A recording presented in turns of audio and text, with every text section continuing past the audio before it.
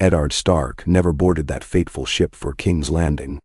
Instead, he stood at the mouth of the roiling sea, seagulls crying overhead, the salted breeze stirring the dark hair that curled around his temples.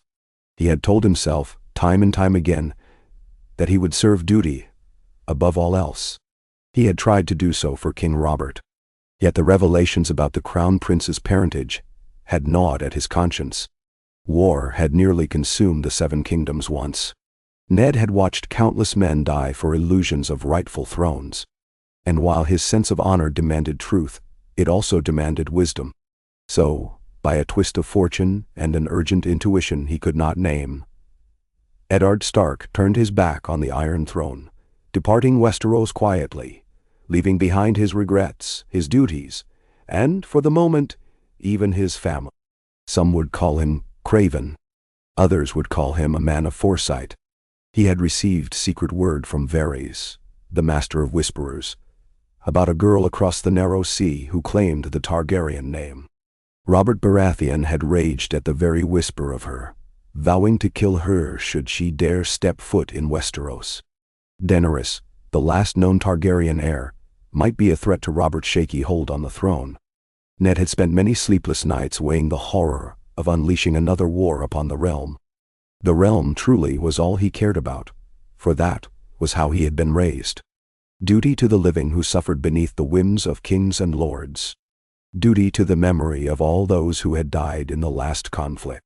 And so, after seeing how Robert grew more paranoid and ruthless, after seeing how Petyr Baelish whispered sly manipulations, and how Cersei Lannister so easily dismissed questions about her children, Ned felt a quiet dread. If war came again, House Stark,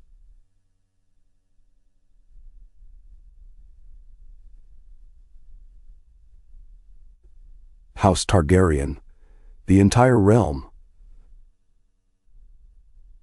So much blood would flow.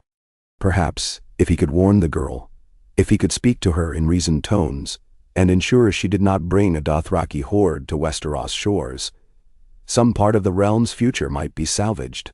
He said hasty goodbyes to no one, though in his heart he longed to hold his wife and children one last time. He left a letter behind, sealed in wax, instructing Catelyn that she must watch over Winterfell and the north. He dared not mention the details of his plan, lest the letter fall into the wrong hands. Indeed, what would she think if she knew he was venturing east in search of a Targaryen? But Ned believed in the power of negotiation. He believed that if this girl truly was the dragon's daughter, perhaps she could be reasoned with before she grew into a conqueror. Perhaps he might steer her to a gentler path, so that more innocents would not perish. Traveling under an assumed name, with only a small entourage of trusted guards, who owed loyalty to House Stark, Ned embarked on a cramped ship bound for Pentos, where he had heard the Targaryen exiles once stayed. During that voyage he could not sleep. His dreams were feverish storms that hurled him back to the Tower of Joy, to the moment he had discovered his dying sister and the truth he had locked away to protect her son. That knowledge burned within him even now. If only Lyanna were still alive, if only Rhaegar Targaryen had not fallen, if only the tide of history were gentler. At last, the ship docked. Pentos greeted him with all its foreign scents and swirling silks, and Ned found himself an odd figure in his plain, practical cloak. The climate was warmer, the air scented with spiced wines and perfumes. He had grown used to the harsh wind and snow-chilled nights of the north. Yet the realm across the sea teemed with color, noise, and chaos. He wanted to shrink into himself, to remain the unassuming man who had no part in all these intrigues. But he had come for a reason. Inquire as he might, though, Ned found that Daenerys Targaryen was not in Pentos, but had traveled with her brother Viserys into the Dothraki Sea. Rumor whispered she had wed a great Khal, that she was pregnant with a stallion who would mount the world. Ned shook his head at the madness of these stories. Yet still, something in them gripped him. If Robert's assassins reached her first, another child would die in this war for the throne. And Ned could not, in good conscience, allow that to happen. He reached out to old connections from his time in the Greyjoy Rebellion, men who had traveled the seas and had kept a modicum of loyalty to House Stark. Quietly, he offered gold for safe passage deeper into the east, determined to find this Targaryen princess. When at last Ned reached the edge of the Dothraki Sea, he was certain he had left the known world behind. Endless grasses swayed beneath the sun, the sky was vast and empty, and savage riders roamed in packs, their braids dangling down muscled backs. It was a place where only the strong survive. Ned had never witnessed so strange a land. Searching carefully for word of the Targaryen bride, he took small, winding paths, avoiding large khalasars. Though he had a fighting spirit, he was no fool. He had only a handful of men with him, too few to defend against a horde. But chance or fate guided him to a small settlement near the edge of the great city of Ves Dothrak. There, he found Jorah Mormont. Jorah recognized the sigil on Ned's ring, the direwolf of House Stark, and for a moment the exiled knight's face twisted with regret and shame. He bowed to Ned as if the man were still his liege lord, though he was no longer sworn to the north. Ned, recognizing Jorah, felt a pang of sorrow over what had happened. Jorah had shamed himself, selling poachers into slavery.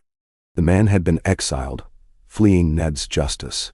"I should kill you for your crimes," Ned said, voice low with old anger. "But the gods might not forgive me for that, and I did not come here to start a new war." Jorah, to Ned's astonishment, simply bowed his head. "I would not resist if you tried. But I ask you to spare me, Lord Stark. For the sake of your mission, I suspect we have the same interest, and the same wish to protect Daenerys Targaryen." Now, so it was that Ned, out of a grim necessity, formed a tentative alliance with the exiled knight he had once condemned. Jorah, after all, knew the Dothraki ways. He knew how to approach Daenerys and how to speak with her Khal. Ned frowned at the mention of Khal Drogo, uncertain what to expect of such a man, imagining some bloodthirsty savage. Yet Jorah's descriptions of Daenerys intrigued him.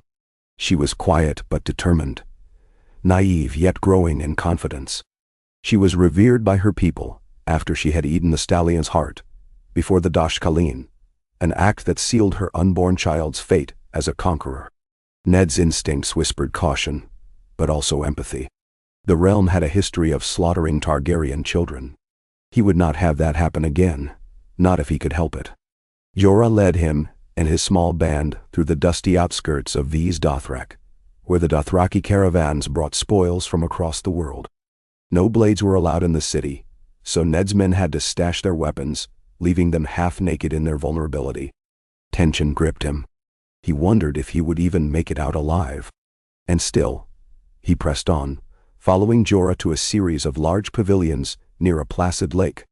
Torches flickered outside, smoke curling into a warm evening sky. The whinny of horses, the low hum of conversation in a language he barely understood. It was a new world, and Ned marched into it with the calm of a man who had stared death in the face many times. They reached a tent with elaborate braids of horsehair hanging from the entry. Jorah whispered to the guards, who parted to let them pass. Inside, Ned saw her, a petite woman with pale hair that cascaded down her back in silver waves. She wore Dothraki garb, her skin sun-kissed from her journey. She did not appear the fearsome threat that Robert described in his nightmares. Rather, she looked as young as Arya, though Ned suspected she was older by a few years, with a distant sadness in her eyes that reminded him of Sansa's tears. Daenerys was surrounded by a small retinue, including a middle-aged woman who seemed to be a healer perhaps. And near her hovered a tall, broad-shouldered man with copper skin and dark hair braided down his back. Khal Drogo, proud as any warlord Ned had ever seen. Jorah made introductions, his voice tense. "My queen, this is Lord Eddard Stark of Winterfell. He has come a great distance to meet you." Daenerys blinked, her expression a swirl of emotions. She had heard of Ned Stark, the honorable warden of the North. She likely recalled that he was the man who had tried to capture Jorah. She also knew he served the king who wanted her dead. Yet her curiosity overcame her caution. Ned bowed in a manner that felt both foreign and awkward, especially in the presence of a Khal who had no patience for such formalities. "Your Grace," Ned said, "I come not as an envoy of King Robert. I come as a concerned subject of the realm, seeking to prevent bloodshed. Khal Drogo listened to Jorah's translation, then gave a short laugh as he rose to his feet, towering over Ned. Drogo said a few words in Dothraki, making a jest about old men and their fear of war. Daenerys shot the Khal a glance but did not scold him. Instead, she addressed Ned in the common tongue. "You say you come to prevent bloodshed," Daenerys said softly. "Yet the usurper sits on my father's throne, and I have heard stories of how he swore to kill me and my child if I ever set foot in Westeros." Ned pressed his lips together. "Robert can be rash, my lady. He is quick to see threats where there might be none. You are a Targaryen, and the realm still fears your family name, for your father's madness haunts the memory of many. But I have seen too many good men die for the sake of kings. I want no more senseless killing. Now." Daenerys' face was unreadable. "My brother, Viserys, believed we would march with the Dothraki across the sea and take back what was ours. He believed that for so long he forgot to see what was right in front of him. He forgot that respect and love cannot be demanded through fear alone. I do not want a repeat of Aerys' mistakes, but I will not stand aside if I have the right to the throne. If the Iron Throne is mine, I mean to rule." "Then?" Khal Drogo's eyes flashed as his gaze flicked between Daenerys and this Northman. But Daenerys seemed to sense tension building, so she reached to gently run a hand along Drogo's forearm, a gesture that quieted him. He stepped aside, albeit reluctantly, watching the conversation with hawk-like focus. Jorah observed them in silence, mindful of Ned's earnestness. Ned's next words emerged carefully. "If you choose to invade Westeros, you will set off a war that will kill thousands of innocent people. Lords who do not remember your father might rally to you, but others will resist. I suspect your advisors have told you of the disunity among the realm's great houses. A foreign invasion might unite them against you." "Thou." Daenerys folded her hands. "I will do whatever it takes to protect my child, but I will not surrender to Robert Baratheon's will. If my birthright can be claimed, why should I turn away?" Ned inhaled slowly. "I do not have all the answers. I only know that if you attack now, before Westeros sees who you truly are, you will earn their fear, not their love." Quiet settled in the tent, broken only by the crackle of the torches and the faint stamping of horse hooves outside. Daenerys' eyes searched Ned's face.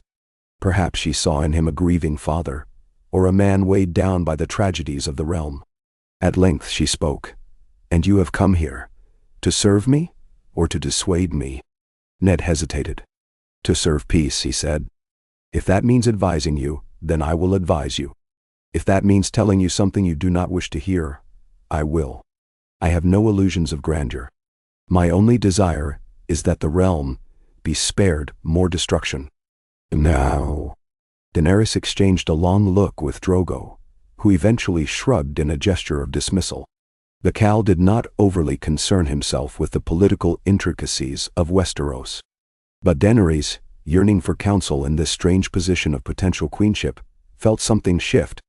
"Very well," she said. "Then stay. Advise me, Eddard Stark. But know this, I am not my father, nor am I my brother. I will walk my own path, whether it leads me across the narrow sea or not. If I sense betrayal, I will not hesitate to let my Khal deal with you." Then Wall. That night, Ned Stark lay awake under the vast eastern sky, uncertain if he had changed his fate or set it further along a tragic course. Yet he sensed this might be the only chance to prevent a second Targaryen war. As the days unfolded, he found himself quietly integrated into Daenerys' retinue.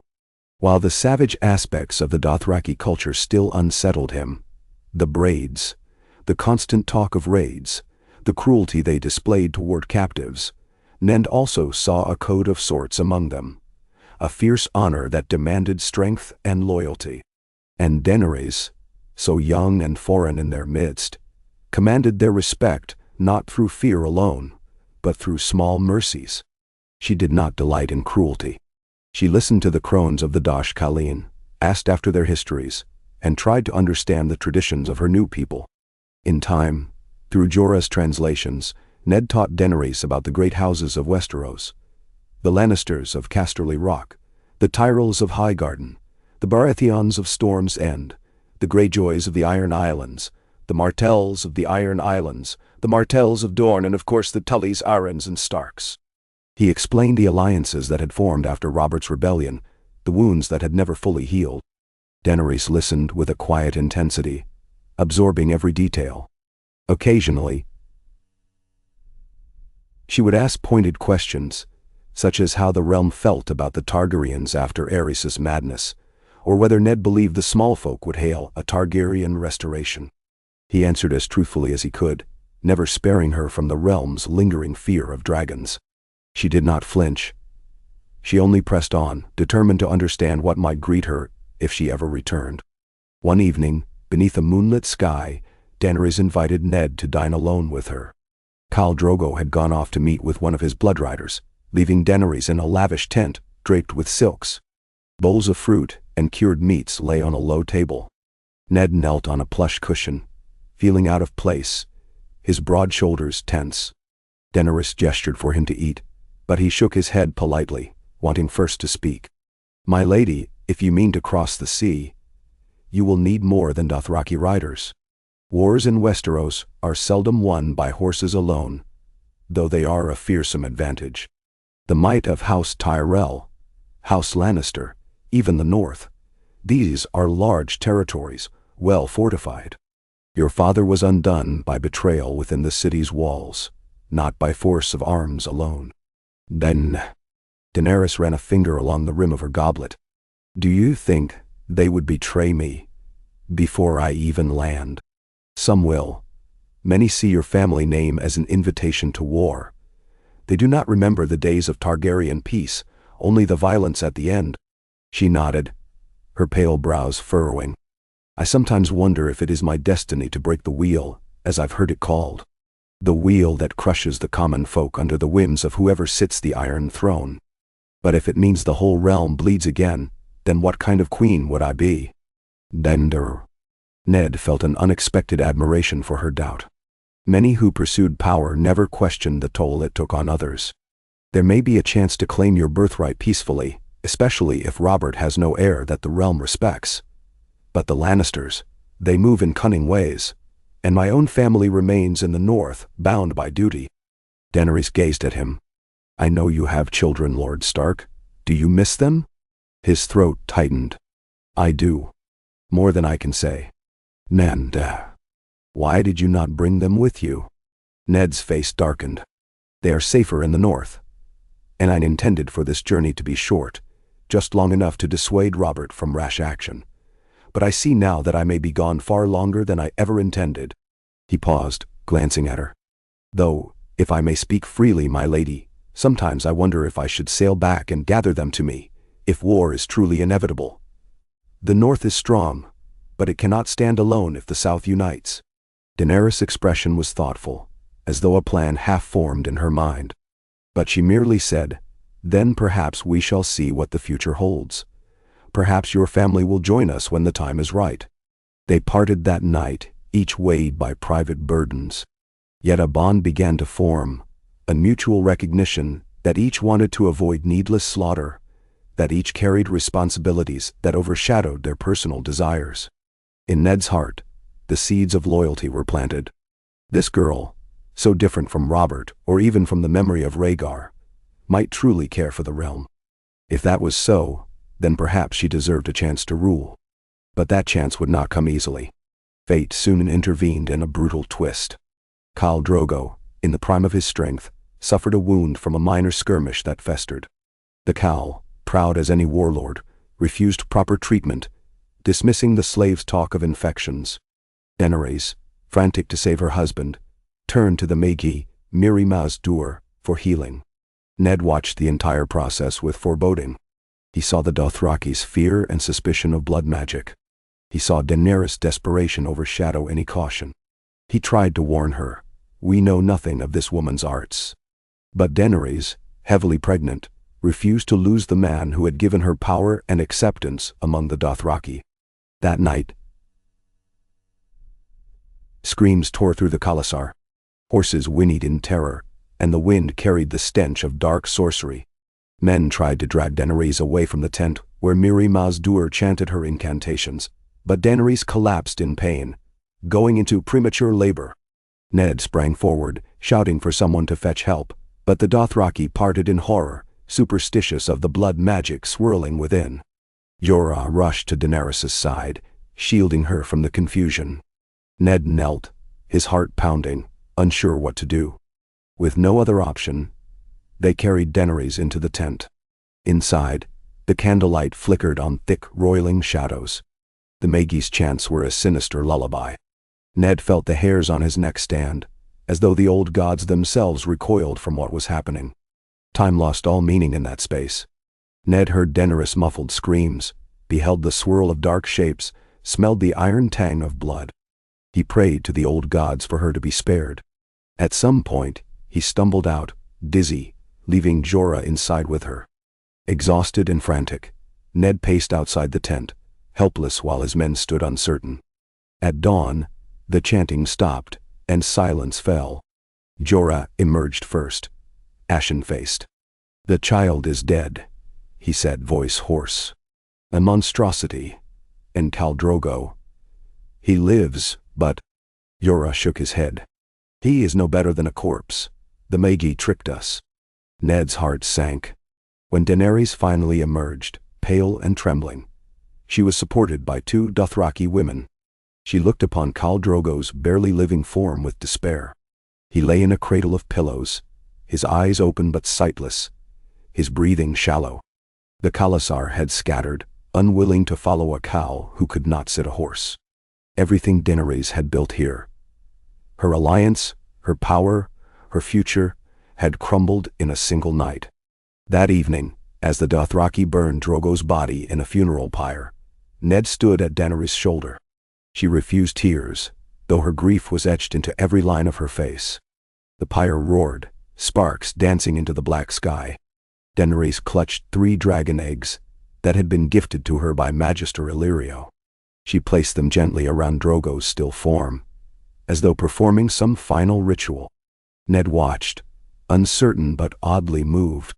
The crackle of flames reminded him of the northern hearth fires, but here, in this foreign land, they burned with a savage intensity. At the last, Daenerys walked into the flames. Ned cried out, thinking she meant to follow her husband into death. Jorah tried to stop her, but Daenerys pressed forward, heedless of the searing heat. The watchers gasped, some covering their eyes. But Daenerys disappeared into the flames, consumed by the funeral pyre. For a moment, Ned felt as though the heart had stopped in his chest. He closed his eyes in sorrow. Another innocent life, lost to the cruelty of fate. But when dawn came, Ned opened his eyes to witness an impossibility. Daenerys Targaryen stood naked amid the dying embers, her skin unburnt, her hair charred away, yet she was alive, holding 3 tiny dragons clinging to her body. They squeaked and hissed, newborn creatures of legend. Those who remained of the Khalasar fell to their knees. Even Ned sank to one knee, awe and a curious dread mingling in his heart. Dragons had returned to the world, and with them, the potential for a Targaryen restoration. In the days that followed, Daenerys' newfound claim to power solidified. The scattered Dothraki, amazed by this miracle of fire and blood, rallied to her. Word spread of a blood rider who walked through fire and awakened dragons. Ned stayed by her side, advising her as best he could. Yet the game had changed. Now, Daenerys possessed a fearsome symbol of her heritage: dragons. Even in their infancy, they represented a power that could upend the entire political landscape. The question was not whether she could invade Westeros, but whether Westeros could possibly withstand dragonfire. In the hush of her newly claimed realm, Daenerys summoned Ned Stark. She was exhausted from the turmoil, from grief and the strange euphoria of her dragons, but her eyes burned with purpose. "Lord Stark," she said quietly, "I have decided. I will sail for Westeros, though not immediately. My dragons are small, and I have much to learn. But I will go. Will you be my hand when I take the throne?" Ned froze, startled by the request. Your Grace, that is an honor I do not believe I deserve. She tilted her head. You have counseled me honestly, without seeking your own advantage. You warned me of the realm's fears, of the pitfalls. You speak always of peace and the protection of innocence. That is what I need if I am to rule better than my father. So I ask again, will you guide me, as I strive to break the wheel that grinds the realm into dust? His mind flashed to Robert Baratheon, who had demanded Ned be hanged. Yet Robert ignored so much counsel. Daenerys, though, listened, and the realm needed stability. Perhaps, he realized, this was the path fate had guided him to. If you vow to spare the realm needless bloodshed, I will serve, he said. But I ask for your protection of House Stark. My family must not suffer for my service to you. Daenerys gave a solemn nod. You have my word. The North shall be cherished, not punished. I am not my father. With that, she named him Hand of the Queen, forging a bond that would shape the fate of the Seven Kingdoms. Over the coming months, they made preparations. They traveled back to Pentos, seeking ships to carry Daenerys' followers. With the faint screeches of dragons echoing overhead, Daenerys negotiated alliances with magisters and merchants. Jorah, forgiven in part by Ned's willingness to set aside old grudges, worked tirelessly as a go-between. Meanwhile, Ned wrote secret letters to the North. He yearned to reconnect with his family, though it pained him not to send them a more direct explanation. He only prayed the ravens arrived safely, that no enemy intercepted them. Little by little, the handful of Dothraki who chose to follow Daenerys adapted to the idea of sailing, though the sea was anathema to them. But it would be many moons before they set sail. The dragons, named Drogon, Rhaegal, and Viserion, grew steadily in the warm climate, fed on roasted meat and taught to respond to Daenerys' voice. Ned studied them from a wary distance. He could not deny their majesty. Yet he recalled what dragonfire had done to men during the Field of Fire centuries ago, how King Aerys had threatened to burn the city. Now those living weapons belonged to Daenerys. During this interim, Ned also learned more about Daenerys' personal sorrows, the cruelty of her brother Viserys, who had died by molten gold, the helplessness she felt when forced to marry Drogo. He began to see her as not only a queen, but a young woman shaped by a life of flight and fear. So many sought to use her as a pawn, Illyrio Mopatis, the magisters of Pentos, even Khal Drogo. Yet she had emerged stronger. She carried quiet pains inside her, especially the death of her unborn son. But she carried hope too, embodied in the dragons perched on her shoulders. When at last the time came to secure a fleet, they encountered no shortage of obstacles. Magister Illyrio demanded a steep price, while other merchants suspected war in Westeros might disrupt trade. Daenerys, with Ned's guidance, bartered her meager treasury, promising future trade benefits once she reclaimed the Iron Throne. Some lords from the free cities were intrigued by the notion of returning the Targaryens to power, remembering the old days of Valyria in half-sun legends, and they saw a profitable opportunity. Others scoffed at the idea of a beggar queen with 3 baby dragons. It was in the shimmering halls of a wealthy Pentoshi magister that Daenerys' frustration boiled over. These men see me as a curiosity, she told Ned, pacing in her temporary chambers. They want me to beg for their assistance.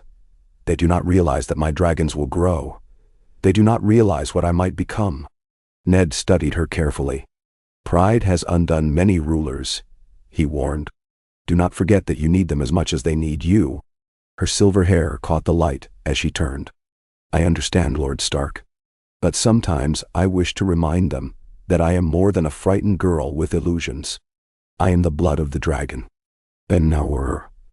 A flicker of something hard shone in her eyes, reminiscent of the Targaryen fire. Ned nodded. Then show them you are strong, but do not show them your temper. Win them with reason and with glimpses of your power, not with threats. That way, you remain in control. Daenerys exhaled, nodding. Very well. I will try your approach. Soon, the queen's patience and cunning did indeed secure a modest fleet of ships, enough to carry her small Khalasar, her loyal advisors, and her meager forces across the narrow sea. The moment the last signature was inked, Daenerys called Ned to her side. "It is time," she said softly. "We sail for Westeros." The crossing proved tumultuous for the Dothraki, many of whom had never been on a ship. Some took ill from the rocking motion of the waves, moaning miserably. Daenerys spent her days on deck, letting the wind whip through her silver hair, the dragons shrieking overhead if they ventured from their cages. Ned, stoic and silent, often joined her, gazing west with a mixture of dread and longing. It had been so long since he left his homeland. Would he even recognize Winterfell, or King's Landing, or the uncertain roads that cut through the realm? Upon landing in the Stormlands, an unexpected route chosen for strategic reasons, they disembarked in a remote cove, far from the main ports. Ned had argued for a subtle arrival, so as not to provoke immediate confrontation. The land greeted them with swirling winds and crashing waves, reminding Ned of how battered that coastline could be. Yet here, Daenerys set foot on the soil of Westeros for the first time since her birth, planting her feet with a determined stance. She breathed in the air, her expression triumphant, and also tinged with sorrow for what had been lost. Word traveled fast, despite their clandestine landing.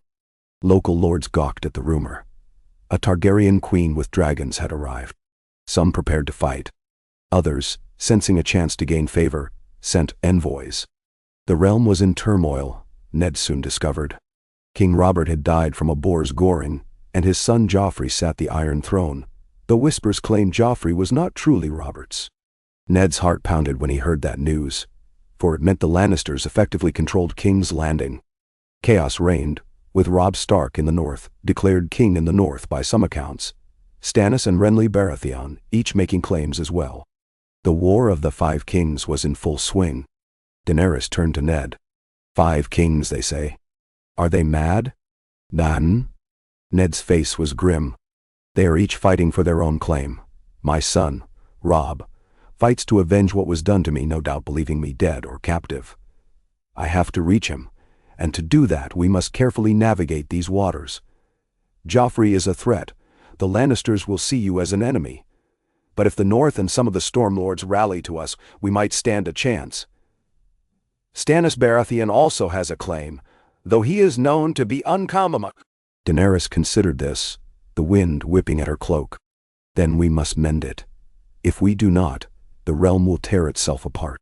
News of Targaryen dragons spread even faster than Daenerys' actual presence. The small folk began to speak of the return of House Targaryen, telling old stories of dragons as protectors or destroyers, depending on the teller's vantage. Houses uncertain of where to cast their allegiance began to watch carefully, weighed by the fear of dragonfire. Meanwhile, Ned's priority was ensuring that Daenerys' forces avoided direct confrontation until they could form alliances. The Dothraki were fierce, but they were not numerous. The advantage lay in the dragons, though they were still growing. It was during this uncertain period that envoys from Dorne arrived, led by a slender woman with sharp eyes. Dorne remembers its alliances with the Targaryens, she said, kneeling before Daenerys.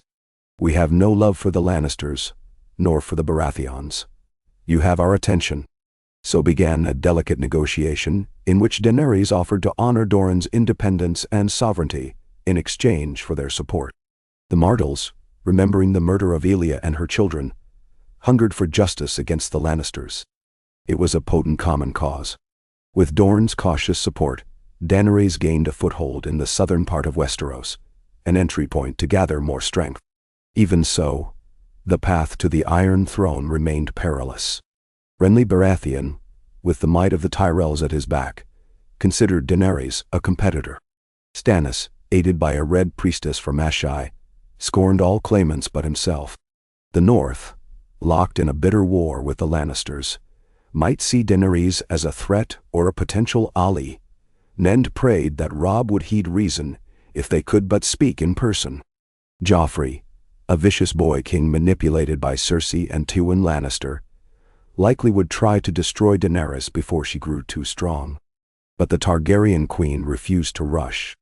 She spent weeks forging alliances, sending riders to local lords, receiving their pledges or rejections. Those who refused were not yet met with fire, though Daenerys could have unleashed her dragons. She chose to show restraint, guided in part by Ned's counsel. In an old fortress near the Dornish marches, the Targaryen host settled for a time. The fortress was half in ruin but defensible. Dothraki riders patrolled the hills, spooking villagers but keeping the Lannisters at bay. The dragons soared overhead, a constant reminder of who had come to Westeros. Ned found a half-collapsed godswood within the fortress, its weirwood tree twisted and ancient. There, he knelt in silent prayer, remembering the faces of his children. He wondered if Robb had declared independence, or if that was rumor. He wondered if Sansa and Arya were safe. He wondered if Bran and Rickon still roamed Winterfell's courtyard. The anguish in him was palpable. Daenerys found him there one twilight. She approached softly, the dying sun painting her hair in streaks of orange and gold. "Lord Stark," she said, "you have served me faithfully, yet I see your sorrow. We must find a way to reunite you with your kin." Ned rose, turning to face her. "If I could speak with my son Robb, we might have an ally in the north. The Lannisters betrayed me, orchestrated my downfall. Robb would see reason if I told him the truth about why I left, about my desire to avoid bloodshed.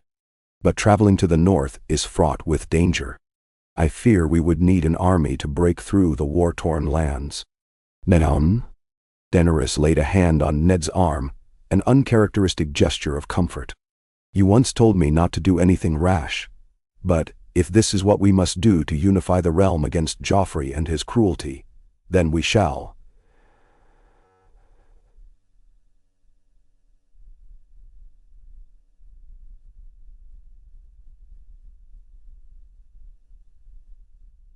"However, I sense we have not the strength for open war on two fronts."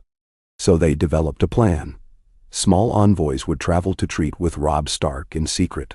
Ned, as Hand of the Queen, could not easily slip away unnoticed. But Jorah agreed to lead the riders north, carrying messages from both Ned and Daenerys, while the main host remained in the southern fortress.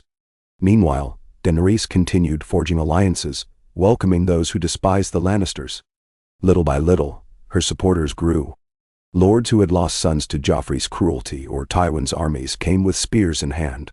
Warriors from the Stormlands, outraged at the chaos in King's Landing, drifted her way. Each new arrival was a small step toward reuniting the realm under a new Targaryen banner.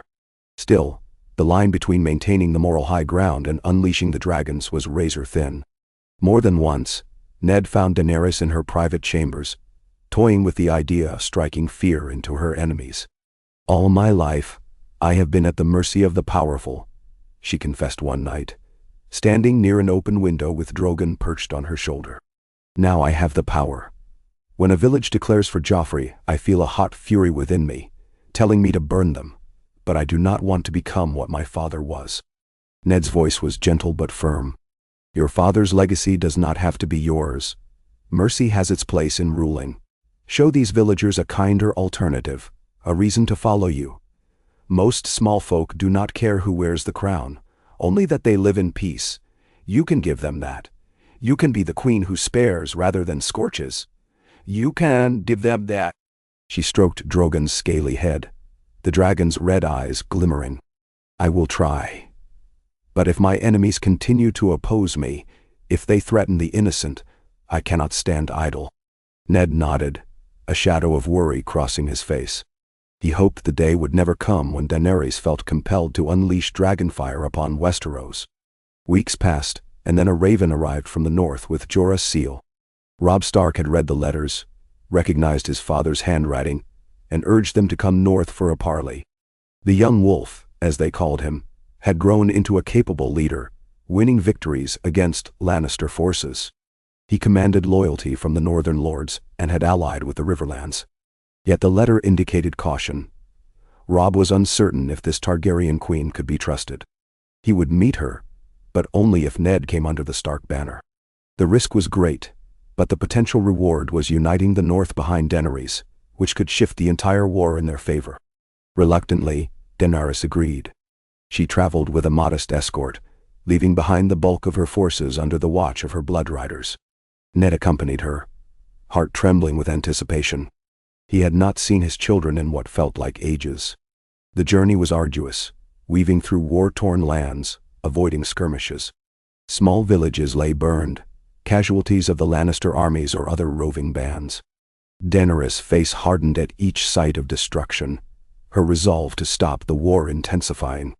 At last, they reached a neutral meeting ground near the twins, the castle of House Frey. Walder Frey begrudgingly allowed them to pass, hearing that the king in the north demanded it. The old man sneered at the Targaryen queen, but did not dare provoke a confrontation with both Stark and Targaryen forces.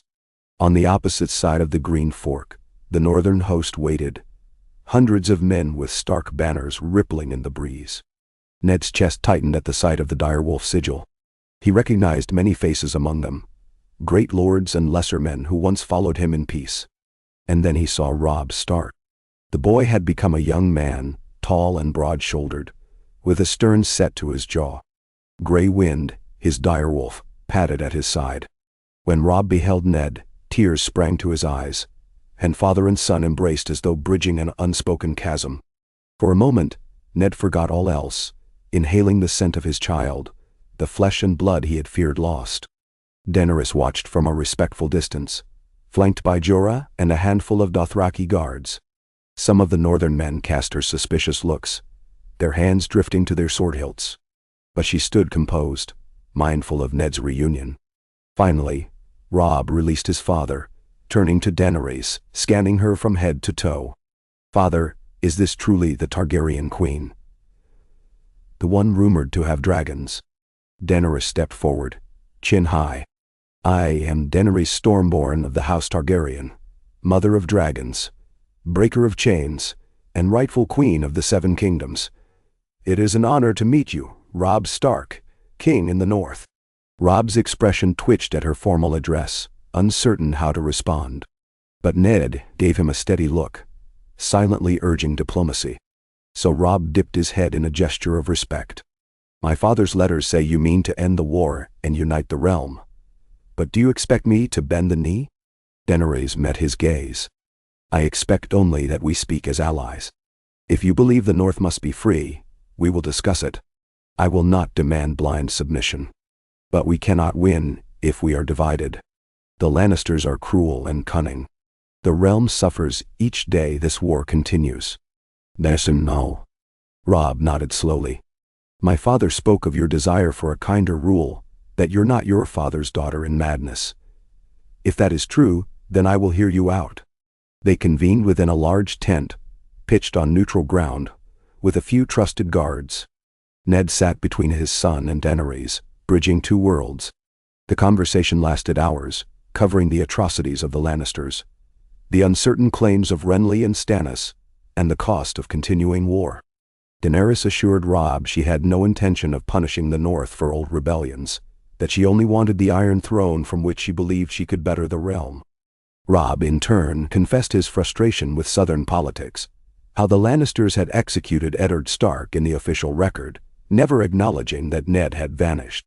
Robb's armies had been spurred by that injustice. Ned watched as the two leaders, still youthful in many ways, discovered common ground. Daenerys spoke of her losses and her dragons, a subtle reminder of the power she held.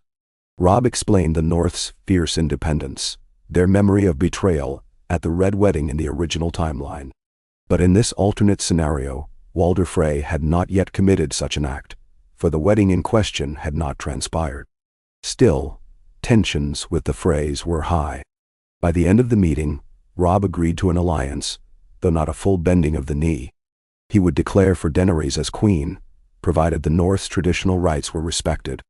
In practice, it meant the North accepted Targaryen rule in exchange for autonomy over their internal governance. Not so different from how the North had functioned under the Targaryen kings of old.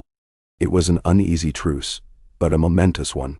The king in the North and the mother of dragons, bound by Ned Stark's counsel and the mutual desire to end Lannister tyranny, set forth a plan to march south. Robb's armies, augmented by Targaryen loyalists and the small but fierce Dothraki host, would advance on King's Landing. Meanwhile, Daenerys dragons, still not fully grown, would serve as a deterrent to any who might bar their way. Ravens flew to Dorne, summoning their armies. Word spread to the Riverlands, the Stormlands, and even the Vale. Allies began to choose sides, and many chose Daenerys upon hearing that Ned Stark, long reputed for his honor, stood as her hand.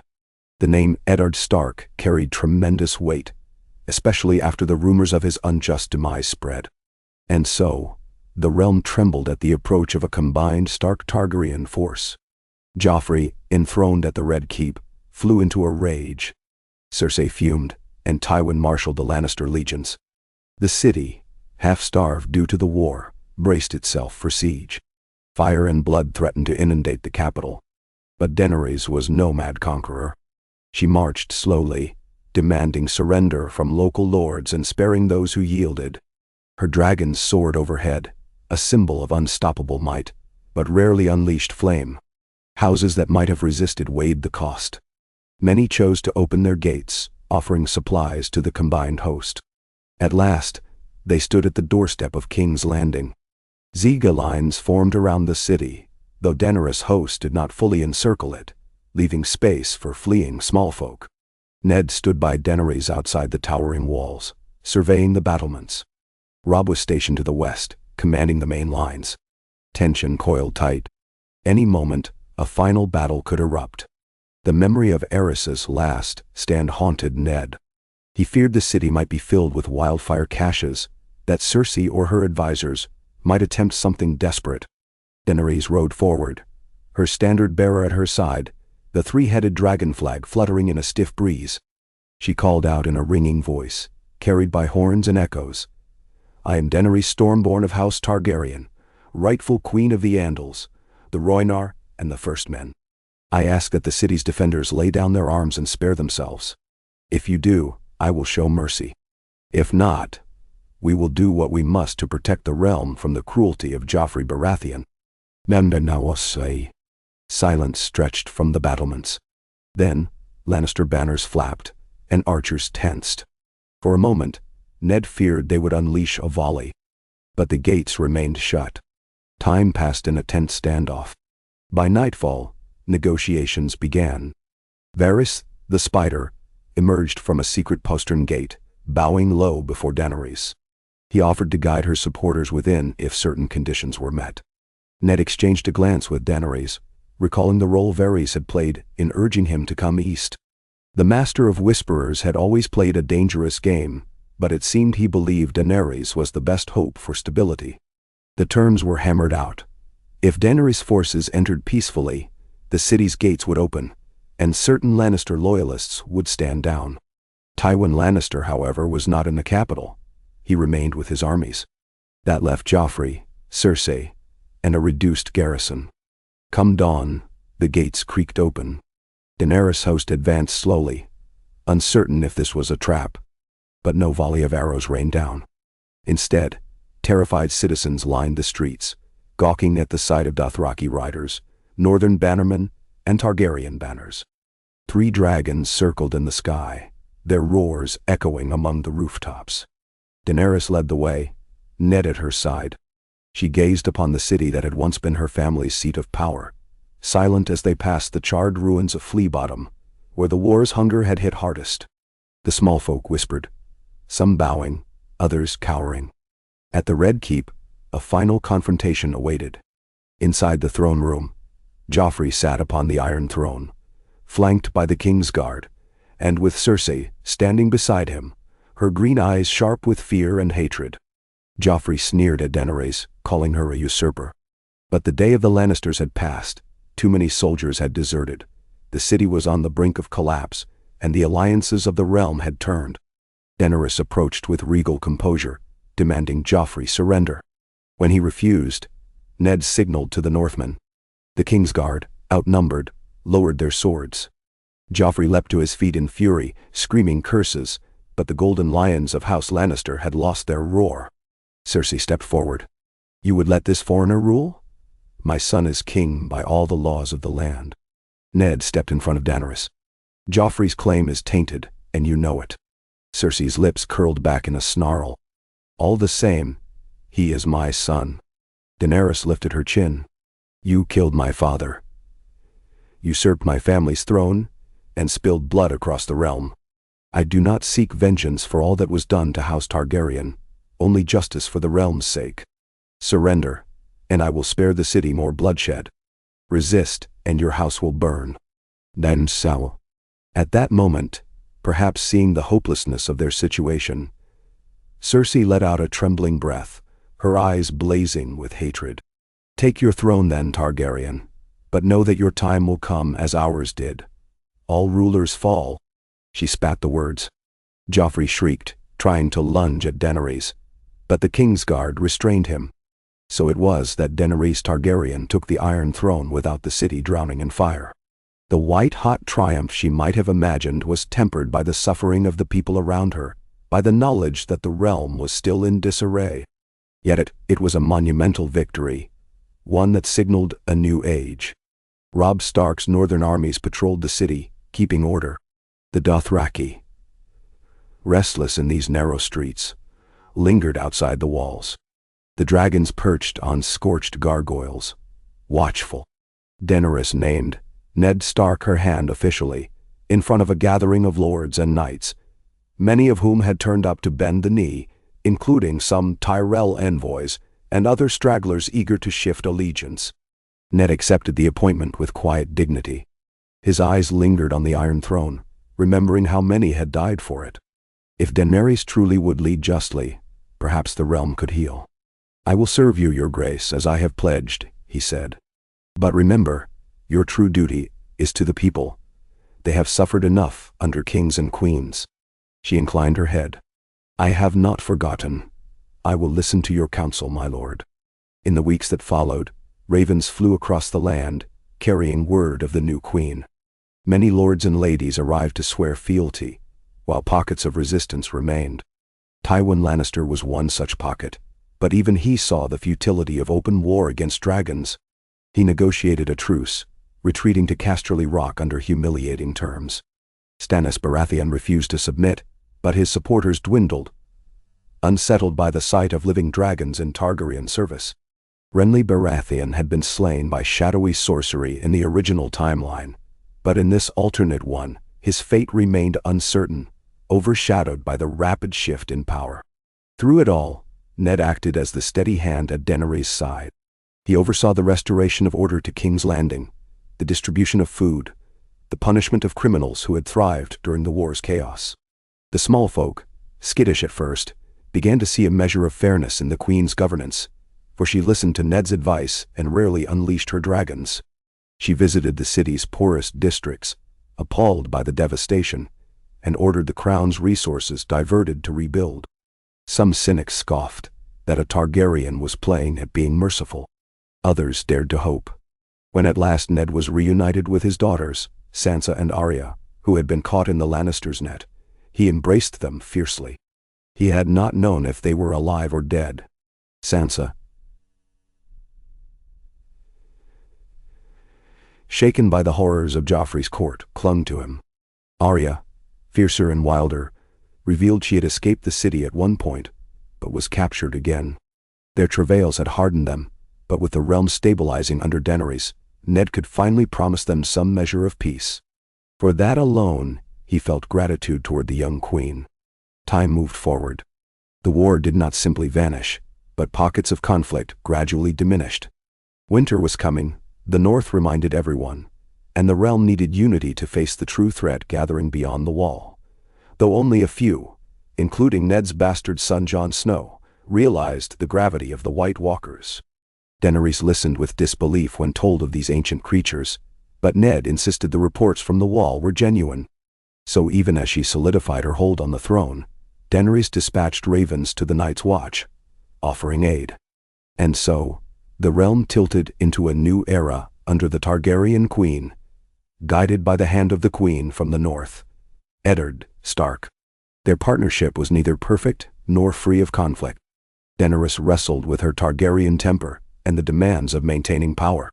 Ned struggled with the compromises required to hold the realm together: punishments, alliances with questionable lords, and half-kept promises that gnawed at him. Yet, in the end, both recognized a shared mission: to rebuild a broken kingdom, to spare the people from endless strife, and to stand united against the icy doom creeping from beyond the wall. In the annals of Westerosi history, the Queen's arrival and subsequent ascension to the throne, with Ned Stark as her hand, would be remembered as a singular turning point. Poets sang of how ice and fire came together, forging a precarious peace. The dragons soared over King's Landing once more, but this time their fire was tempered by northern honor. And for a fleeting moment, in the Seven Kingdoms, hope shimmered. The wheel that had ground so many into dust seemed at last to slow, if only because those seated at the center recognized the humanity in each spoke. Daenerys would be tested time and again, by lords who sought to betray her, by the creeping threat of winter, by her own longing to reshape the realm in her image. But with Ned's quiet counsel, she found a steadier course than many of her forebears.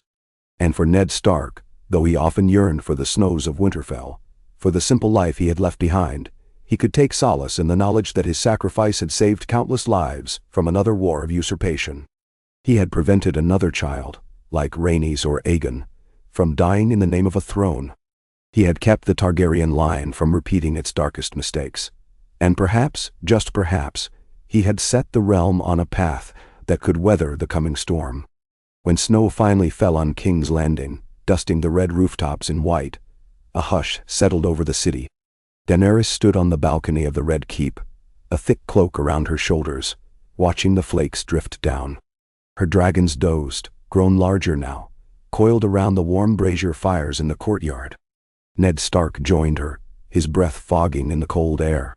He looked out at the quiet city, at the scattered torches glowing in the dusk, and he thought of all that had led them here: Robert's rebellion, the flight of the Targaryen children, the twisting road that had brought him across the narrow sea.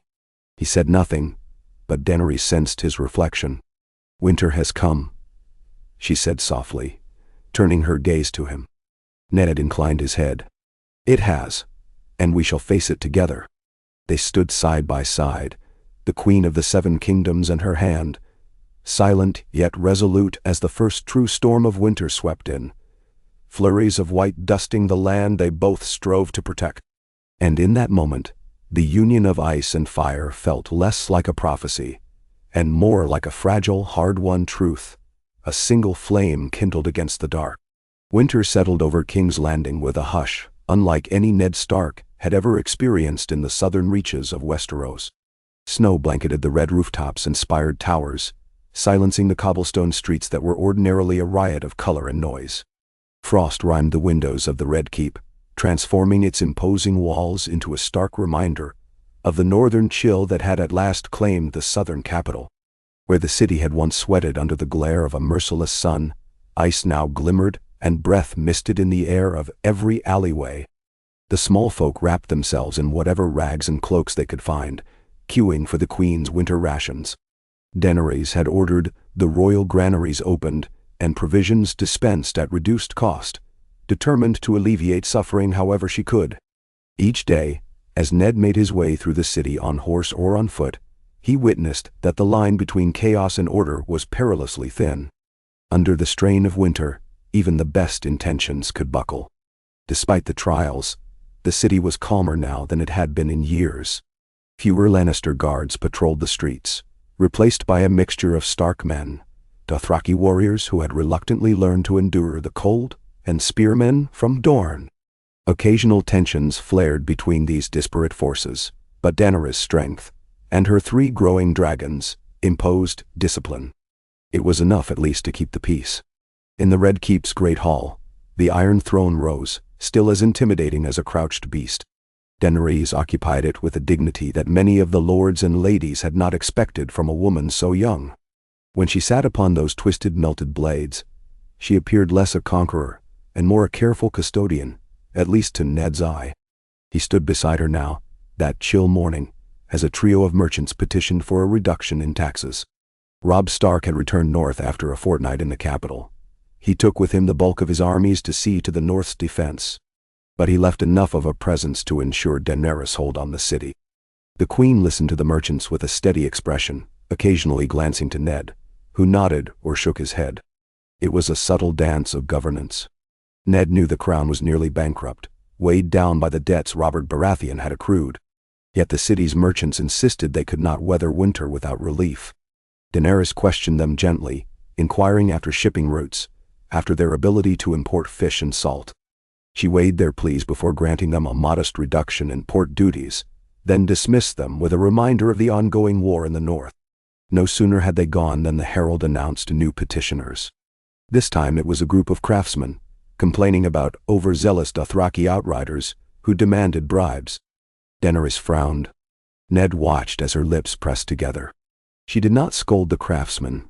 Rather, she ordered that any outrider found extorting the small folk would be stripped of privileges and forced to remain outside the city walls. A hush fell among her onlookers when she pronounced the punishment. The Dothraki were proud, but she would not abide corruption. When that audience ended, Daenerys rose, stepping carefully down the dais. Snow had found its way into the great hall through cracks in the high windows, swirling in faint, ghostly drifts. She wore a cloak of thick white fur over her usual flowing attire. She still looked foreign in King's Landing, with her silver hair braided intricately, but a shift had come over her since taking the throne. There was a gravitas about her, an acknowledgement of the realm's complexity. She had not become jaded precisely, but Ned sensed her illusions were fewer now. That was the cost of power. He accompanied her through the torchlit corridors, her dragons dozing on warm braziers in the yard outside. The largest of the three, Drogon, raised his black head and made a low rumbling sound whenever Daenerys came near, as though expecting a command or a piece of roasted meat. She would offer him gentle affection and a tidbit of flesh from a steward. Ned kept his distance. He had seen how large and unpredictable the dragons were becoming, especially in colder weather. More than once, they had demanded extra feeding to stave off the chill. But the presence of dragons, despite the slight disquiet in Ned's heart, also gave him hope. If any foe threatened the realm, whether from the Lannisters or from beyond the wall, those three living weapons might tip the balance. They climbed a winding staircase, their cloaks trailing upon the floor. At the top, Daenerys led him into a smaller council chamber she preferred for private discussions. A modest brazier crackled, but the air was still cold enough for them to see their breath when they first entered. A large table was strewn with maps, of the 7 kingdoms, of shipping lanes across the narrow sea, and of the north, so vast it barely fit on the parchment. Daenerys settled into a carved wooden chair near the brazier. Ned stood by one of the maps, peering at miniature, carved figures representing armies. A silver wolf marked the north. A red lion was placed near the Westerlands, though the piece had been toppled on its side, reflecting Tywin Lannister's diminished power. In the Crownlands, a black 3-headed dragon shaped from painted wood signaled Daenerys' domain. More dragons were scattered across the Stormlands, the Reach, and Dorne, signifying allied forces. Yet there was one figure that always drew Ned's eye, a thin black figure placed at the border of the north and the savage lands beyond the wall. It had been left there as a reminder of the threat that few believed, but Ned could not forget. Daenerys followed his line of sight. "You still worry about the walkers," she said quietly. Ned nodded. "My lady, your grace. I do. There have been more reports from the Night's Watch. Dire portents, vanished rangers, sightings of the dead that move. I can hardly expect you to march an entire army north upon rumors, but—" She studied his face, a slight softening in her eyes. "I do not doubt the word of the Night's Watch, nor do I doubt you, Lord Stark. But we are stretched thin. Winter has come. Moving men and supplies to the far north would be an arduous task. Do you truly believe the White Walkers are on the march?" Ned exhaled. "My bastard son, Jon Snow, is a man of the Watch. He wrote to me, speaking of strange sightings, of whites roaming the frozen forests. He believes the threat is real, though it remains hidden beyond the wall. The wildlings are stirring in fear, uniting under some self-proclaimed king beyond the wall. Such unity among them happens only when they face a danger greater than their usual squabbles. They would flee south if they could. Daenerys tapped her fingers on the table. We have spent so long preparing for war against the Lannisters, forging alliances, stabilizing the Crown lands. Now you tell me the true war may be in the far north." She sighed, a note of resignation in her voice. "I would be a fool to dismiss it outright. But I must also secure the rest of the realm. If the White Walkers come, we cannot face them with half the lords in open rebellion." Ned inclined his head. "Then we must ensure the realm is united. As Hand, I can only advise you to press onward with your plan of securing peace among the great houses. And soon, if possible, ride north. We have no way of knowing how fast this threat might spread. But it would be best if the realm is prepared." She reached out to the map of the north and nudged the black figure slightly southward, as though enacting some ominous prophecy. "So be it. We will need every ally we can muster. Tywin Lannister might still pose a threat, or he might bide his time. Stannis Baratheon is entrenched at Dragonstone with that Red Priestess of his. Renly has... well, rumor says he died under mysterious circumstances, though the details are scarce. The Iron Islands are restive. There have been raids on the western coast. And in the Vale, Lord Baelish remains cunning. He sends word of loyalty, but I do not trust him." "Menso." Ned listened, recalling the swirl of alliances that had formed after Daenerys' ascendancy. The cunning of Petyr Baelish was something he had witnessed firsthand in the original timeline that led to so many betrayals. He often felt uneasy about Baelish's continued presence as Lord Protector of the Vale. But Daenerys had not removed him. He was too well positioned, controlling the area on behalf of the young Lord Aaron. "He's a man who always seeks advantage. I would tread carefully, Your Grace." "I intend to," she said, then waved a hand. "Send a raven to the Eyrie. Summon Baelish to court, to swear fealty in person.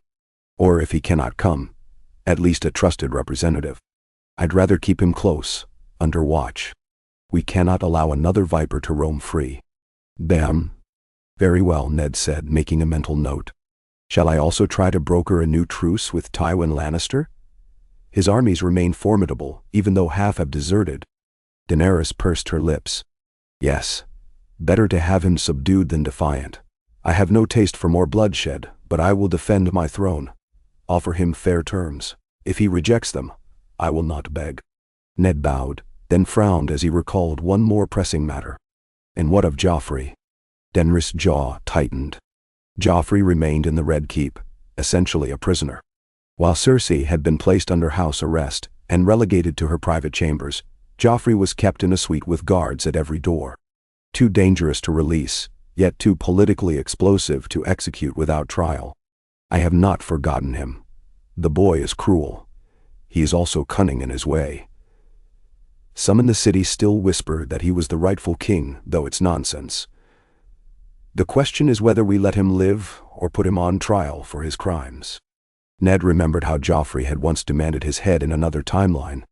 The boy had not changed, even in captivity. He had spat and hurled curses whenever Daenerys or Ned visited. A trial could dredge up old hatreds, but many lords would see it as a sign of your justice, that you do not murder children in the dark. She nodded slowly. "Then we will conduct a proper trial, once the realm is stable enough that it won't ignite civil war. For now, let him rot in his gilded cage. If the gods are just, perhaps he will reflect on the lives he destroyed. But I doubt that." Damned. They spoke a while longer, finalizing orders for the day. Rations for the poor, a message to Dorne affirming her gratitude, a letter to the Citadel, requesting additional maesters. Afterwards, Daenerys dismissed Ned so she could attend to her dragons. He descended the tower steps, mindful of his duties. A swirl of thoughts accompanied him. At times, he found it difficult to believe how drastically his life had changed since he first set sail for Essos. Hand of the Queen. An oath to a Targaryen. But he had done it for the good of the realm. Perhaps it was the only path that made sense, given how events had unfolded. He found a quiet moment that afternoon to steal away to the hidden Godswood in the Red Keep. Even under layers of ice and snow, the weirwood tree stood out, its white bark glimmering. The southern Godswood was far smaller than the sprawling one in Winterfell, but it offered Ned a place of respite. He knelt upon the frozen grass, ignoring the bite of cold on his knees, and bowed his head. He prayed silently to the old gods for guidance, for the safety of his children, for the realm's future under this foreign queen who yet strove for justice. The branches overhead creaked in a faint breeze, ice crystals falling like glass shards.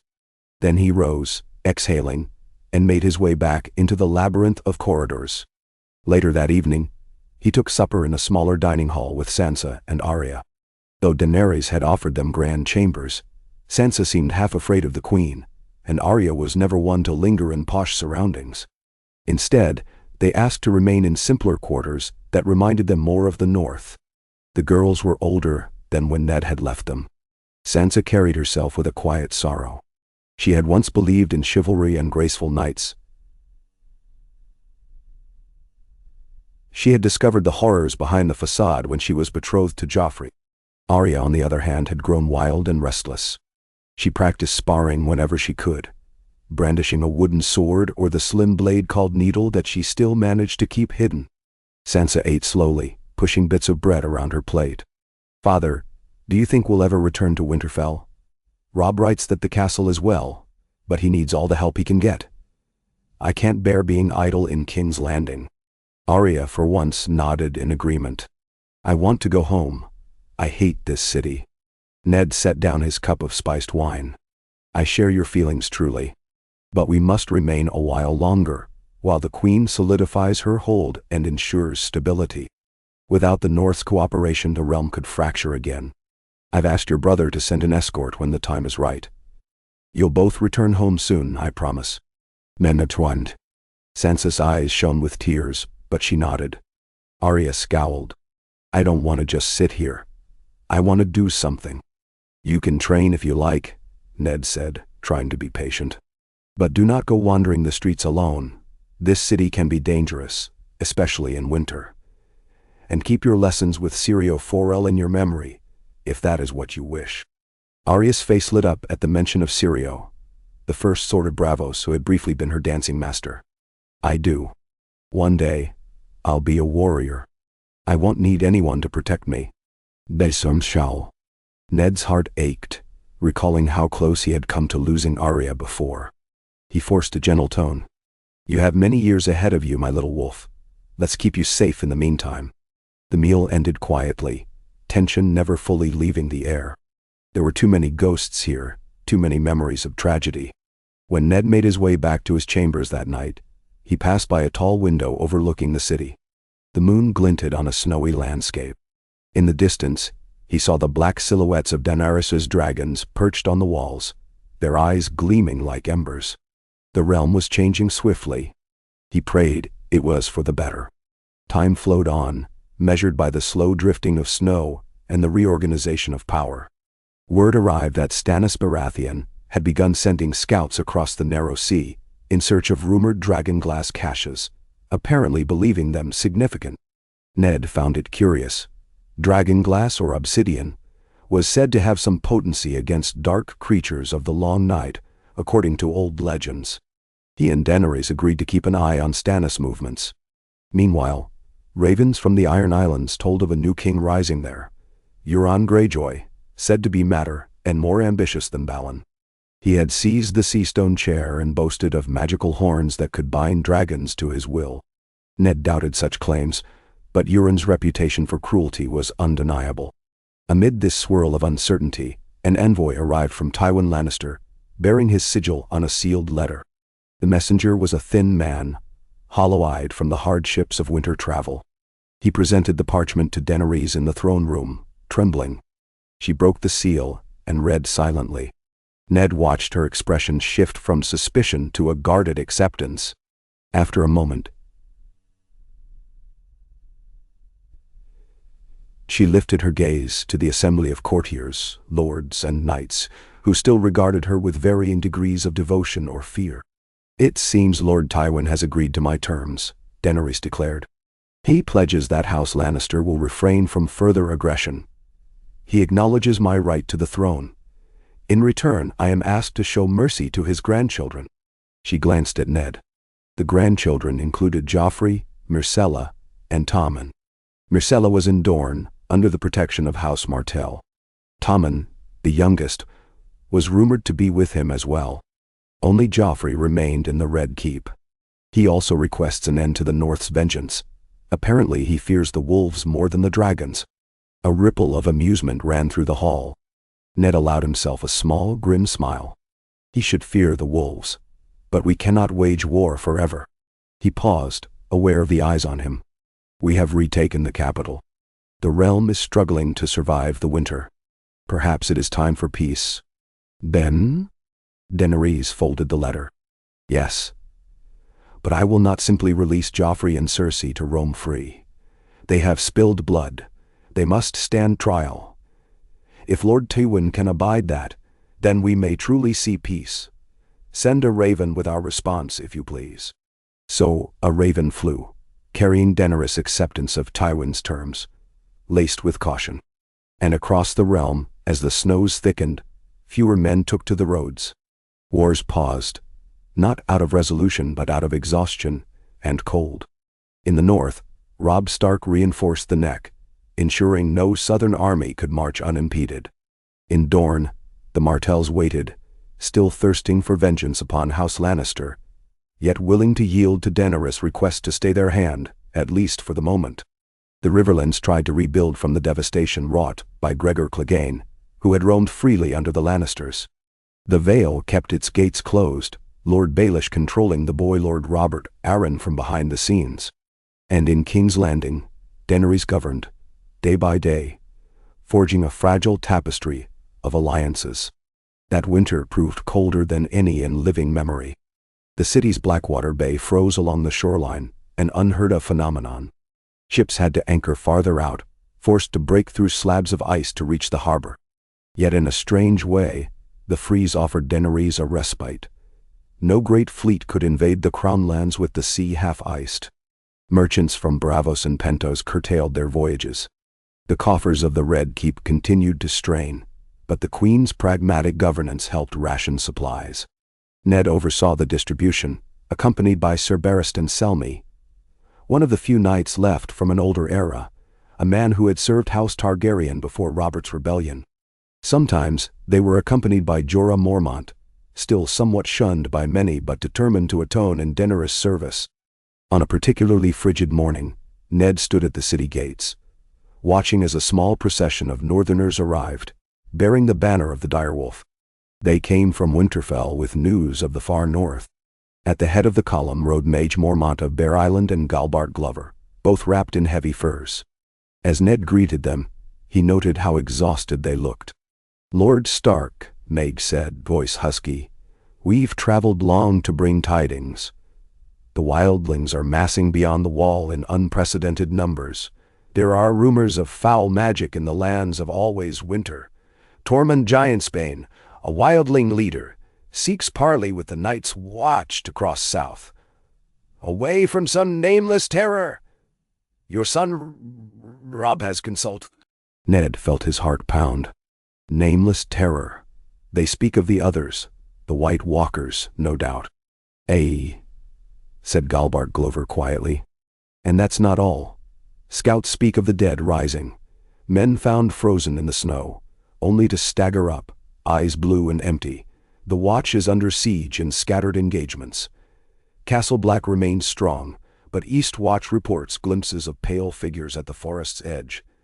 It's no longer myth, Lord Stark." Ned shut his eyes briefly. The confirmation chilled him more than the winter air. "Then we must act. How soon does the Watch expect an invasion?" Mage Mormont grimaced. "They cannot say. The wildlings themselves are in disarray, trying to flee. If the others come in force, the wall could be tested like never before." Ned wasted no time. He ushered Mage and Galbart inside, offering them warmth and wine. Then he summoned Daenerys to the council chamber, where the two northerners recounted every scrap of information they had. Daenerys listened, expression grave. Her dragons, now large enough to terrorize the city if they chose, might well be the best weapon the realm possessed against an army of the dead. But she also recognized the enormity of the threat. If the dead truly march, then the realm's petty rivalries must end. We need men and steel, and if the legends are true, We need dragonglass or Valyrian steel to fight these creatures. Ned nodded. We have some caches in Dragonstone, if Stannis has not claimed them all. There may be more in the north. But yes, the stories say dragonglass can slay the others. Fire, too, might be our ally. Dragons could do great harm to the whites. But there are thousands upon thousands of wildlings, perhaps undead among them. The scale is daunting. Daenerys' face hardened. Then we will gather what forces we can, and we will march north to meet this threat. My place is with my people, all of them, from Dorne to the Wall. But first, I must ensure the southern lords do not betray us the moment my army marches away. So began a flurry of preparations. Ravens went out to every major lord, to Tywin Lannister at Casterly Rock, to the Martells in Dorne, to the Tyrells in Highgarden, to the Arryns in the Vale, inviting them, imploring them, to send men north to defend the realm against a threat beyond comprehension. Many responded with skepticism, suspecting a ploy to draw their forces away from their own lands. Others began to gather arms and supplies, swayed by the insistence of Ned Stark and the fearsome reputation of Daenerys' dragons. House Lannister stalled in its reply, but Tyrion Lannister, who had recently found his way back to King's Landing under uneasy terms, added his voice to those urging Tywin to cooperate. Tyrion was an interesting addition to Daenerys' court. The imp had managed to slip away from the chaos that took his father's seat. He arrived at King's Landing with a retinue of sellswords, quietly requesting an audience. Ned had felt an instinctive mistrust, recalling how Tyrion once manipulated events that led to the near death of Bran. But as it happened, Bran had survived, and Tyrion insisted on his innocence in that earlier plot. More importantly, the dwarf possessed a keen mind and a deep hatred for the destructive arrogance of certain members of his own house. Daenerys saw use in him, naming him a temporary advisor. Ned watched carefully. Tyrion had a silver tongue, but also a well of cynicism. He offered vital intelligence, particularly regarding Lannister dispositions. Thus the realm precariously shifted into a new stage. The Crown declared a temporary cessation of all regional conflicts, summoning the banners to face the threat in the north.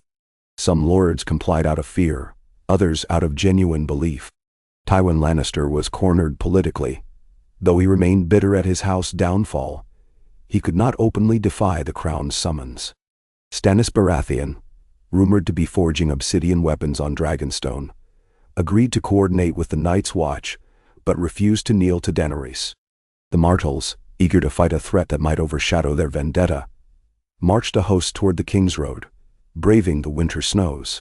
The Tyrells pledged riders and infantry, albeit in smaller numbers than Daenerys might have hoped. Highgarden had to feed its own people during winter, hoarding grain. Even the Vale stirred under the ambiguous leadership of Pettyr Baelish, though how many knights he would actually send was uncertain. Amid all this, Daenerys prepared to depart King's Landing. The battered capital would be left under a council of trusted figures: Sir Barristan Selmy as Lord Commander of the Queen's Guard, a handful of local lords as stewards, and Tyrion Lannister, ironically, in charge of the city's finances and diplomatic communications. Ned would accompany Daenerys to the north, as would a contingent of Dothraki outriders who had braved the southern winter and scoffed at the idea that any cold could truly best them. They had yet to see the true north, Ned thought grimly, the realm of endless snows. But they were proud warriors, quick in the saddle. They might prove vital in scouting out the wildling movements. The day of departure dawned gray and bitterly cold. The city gates opened to let the Queen's host emerge, a ragtag coalition of Stormlanders, Crownlander knights, and the loyal Dothraki. A small group of Martells had arrived to join them, while the main Dornish force marched separately. In total, they numbered a few thousand, hardly enough to face an undead horde if the tales were true. But they moved north, into the swirling snow, determined. At the head rode Daenerys on a pale mare, cloaked in white fur, flanked by her blood riders who wore heavy pelts over their horsehair vests. Ned rode near her, silent and introspective. The dragons soared overhead, occasionally disappearing behind low-hanging clouds. Sansa and Arya traveled with them, refusing to be left behind in King's Landing. Ned had relented, as he intended to bring them home to Winterfell for safekeeping before venturing beyond the wall, assuming that was indeed where the fight would be. The long caravan wound across the King's Road, passing villages half buried in snow. The small folk peered out from shuttered windows, uncertain whether to cheer or cower at the sight of dragons overhead. Daenerys' outriders distributed what little food they carried, though the supplies were not limitless. At many a stop, Daenerys would personally dismount and speak to the local folk, urging them to send word to the lords about the impending threat. Some responded with wide-eyed fear, others with skeptical shrugs, calling it a northern fable. Still, the presence of dragons made them listen. Weeks blurred together as the royal host pressed on. The cold intensified. Trees in the crownlands and riverlands stood stark and leafless, coated in frost. The roads grew icy, and many wagons slid into ditches. At times, the dragons circled overhead to blow bursts of flame, melting patches of ice to free trapped carts. Daenerys, in the front lines of the march, developed a hacking cough from the chill, though she dismissed it as nothing. Ned worried. He insisted on frequent stops, so that no one froze to death in their sleep. Jorah Mormont kept vigilant watch each night, eyeing for bandits or rebel forces. Yet the land was quiet, subdued by winter's grip. Eventually, they reached the outskirts of Moat Cailin, the ancient fortress that guarded the neck. Here, the snows were deeper, drifts forming thigh-high banks across the old causeway. Robb Stark's banners flew from the towers. Scouts came out to greet Daenerys' party, beckoning them inside. Ned felt a pang of emotion as he glimpsed his son's sigil overhead, remembering how once he had left the north as an exile of sorts, uncertain if he would ever see it again. When they made camp within Moat Cailin, Robb himself emerged, accompanied by Grey Wind, the direwolf. Robb had grown more mature, his face lined with the responsibilities of leadership. He greeted Ned with a warm embrace, then bowed to Daenerys. "Your Grace, welcome to the north." "I trust the journey was not too hard," Robb said politely, though from his expression he guessed it had been grueling.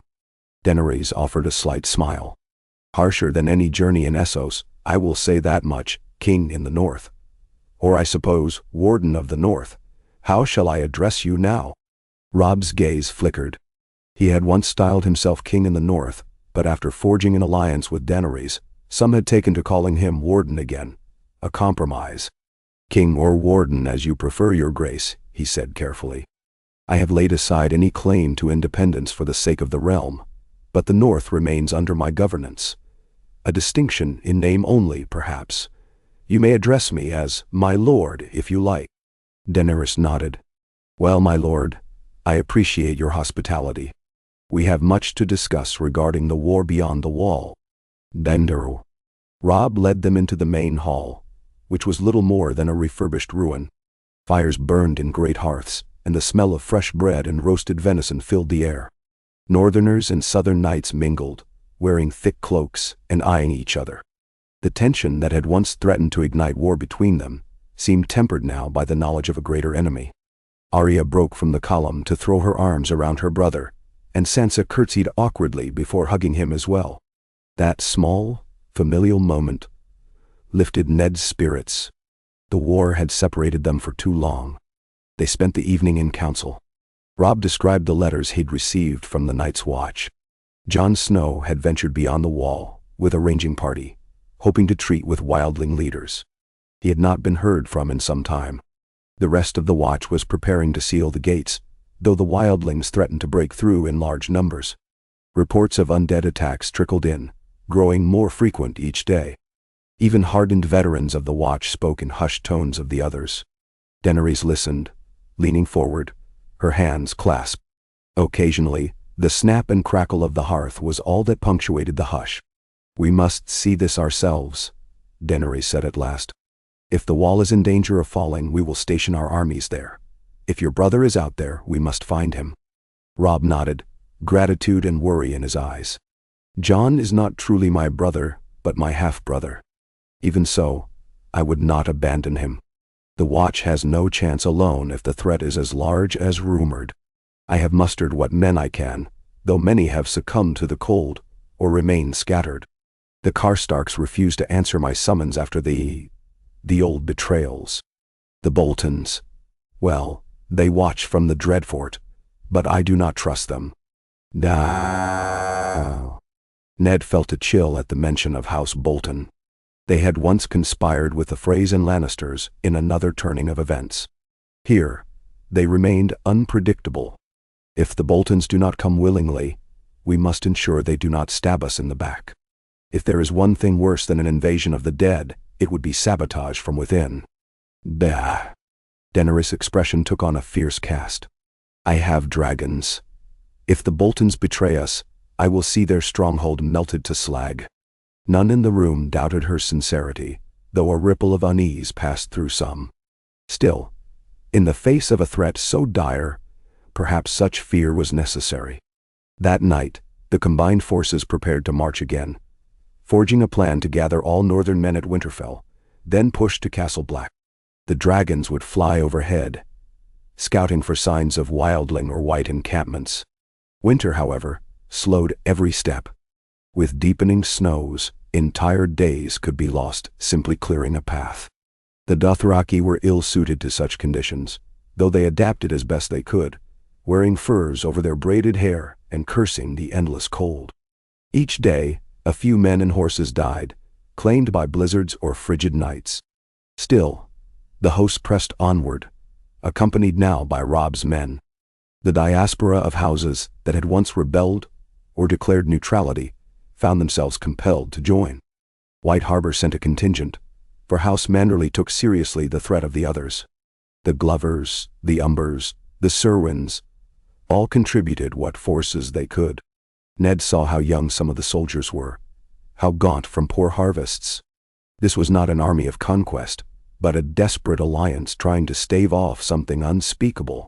At times, Ned felt it was all teetering on the edge of collapse. Eventually, the battered column arrived at the gates of Winterfell, Ned's ancestral seat. Snow piled higher here, forming drifts that reached the ramparts. Smoke rose from the chimneys, and the smell of hot stew drifted over the cold battlements. Once inside, Daenerys marveled at the hot springs that kept portions of the castle warm, even in the heart of winter. She and her retinue were granted the finest chambers. Ned reunited briefly with Bran and Rickon, who had been left in the care of Maester Luwin. Bran's face lit with joy at seeing his father, though there was a strange distance in the boy's eyes, as though he had already walked far beyond the realm of childhood. Rickon clutched Ned's hand, half wild, as though unsure if this were a dream.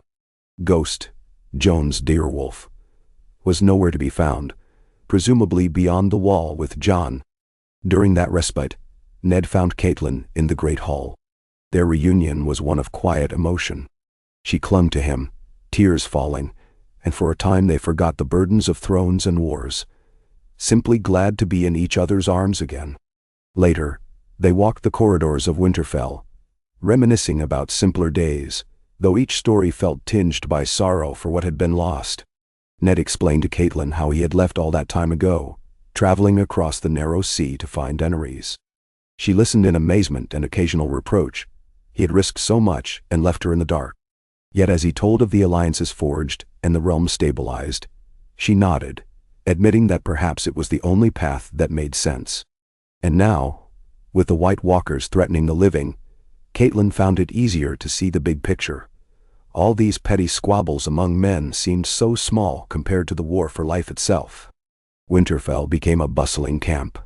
Soldiers huddled in tents, half sunk in snowdrifts, while inside the castle walls, stable hands struggled to care for the many horses. The forges rang day and night, turning out swords, spears, and arrowheads. Daenerys dragons perched on the outer walls or on tall towers, occasionally stirring the air with bursts of heated breath, melting icicles and eliciting gasps of wonder from the men below. Citizens of the north who had once whispered fearfully of dragons now gazed upon them with something akin to reverence, hoping these creatures would prove the salvation of the realm. Daenerys herself remained mostly inside, conferring with the lords about strategy, but she made a point of walking the ramparts each dawn, her silver hair blowing in the northern wind, the black scales of Drogon glinting near her. On the third day, after their arrival, a horn blast sounded in the early morning gloom. Ned, awakened by the call, hurried to the gatehouse, cloak flapping around him. Scouts scrambled to raise the portcullis. A lone figure on horseback emerged from the swirling snow, a Night's Watch rider, half frozen, caked in frost. He sagged from his saddle the moment the gates opened. Ned helped catch him before he collapsed to the ground. His lips were blue with cold, and he could barely speak. Nearby, men rushed forward with blankets and a flask of hot mulled wine, trying to revive him. The man's eyes darted frantically before at last he managed a croaking whisper. "They're coming. The wildlings. The dead. Castle Black. Under siege. Jon Snow told me. Get word to Winterfell." The watchers exchanged grim looks. Ned's stomach twisted. "Speak, man. What of Jon Snow?"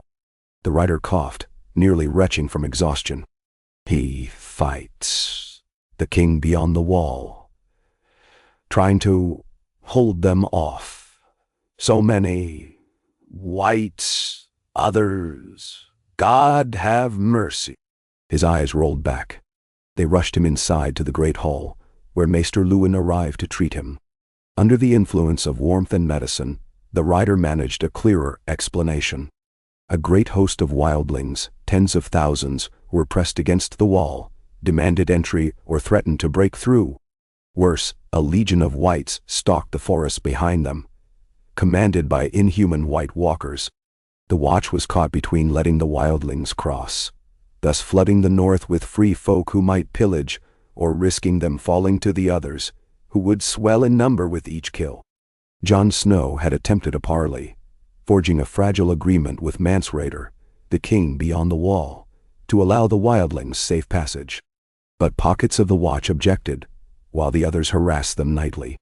Now Castle Black was effectively under siege, defending both sides of the wall from the undead, even as conflict brewed within. Daenerys, Ned, Robb, and the assembled lords pored over this news in a tense gathering. The firelight in Winterfell's hall cast flickering shadows over their grim faces.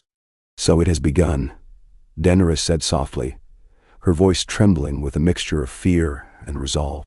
Robb raked a hand through his thick hair. "If the wall falls, the undead will pour into the north. We have to march now. We have no choice." Ned placed both hands on the table, leaning forward. "We must also help the wildlings cross, if that is the only way to keep them from becoming whites. Thousands more undead would be catastrophic." That statement sparked heated discussion. Some northern lords reviled the free folk, calling them thieves and savages. Others, mindful of the greater danger, acknowledged that in the face of the White Walkers, old enmities had to be set aside. Daenerys, seeing the swirl of arguments, let them rage for a few minutes before speaking with quiet authority. "I have seen the cost of petty rivalries. If these wildlings are left to die, they will only rise to join the others. We cannot allow that. We will fight the dead first. Afterwards, we can see to the assimilation of these free folk. If any lord here objects, you may remain behind, but the crown will judge you for treason against humanity itself."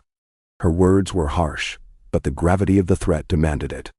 Only a handful of lords muttered discontent, none daring a direct challenge. Thus the plan took shape. The combined army would hurry north to Castle Black, aided by the dragons overhead. They would reinforce the watch, help ferry the wildlings through the wall in an orderly manner, and hold off the others if they attacked.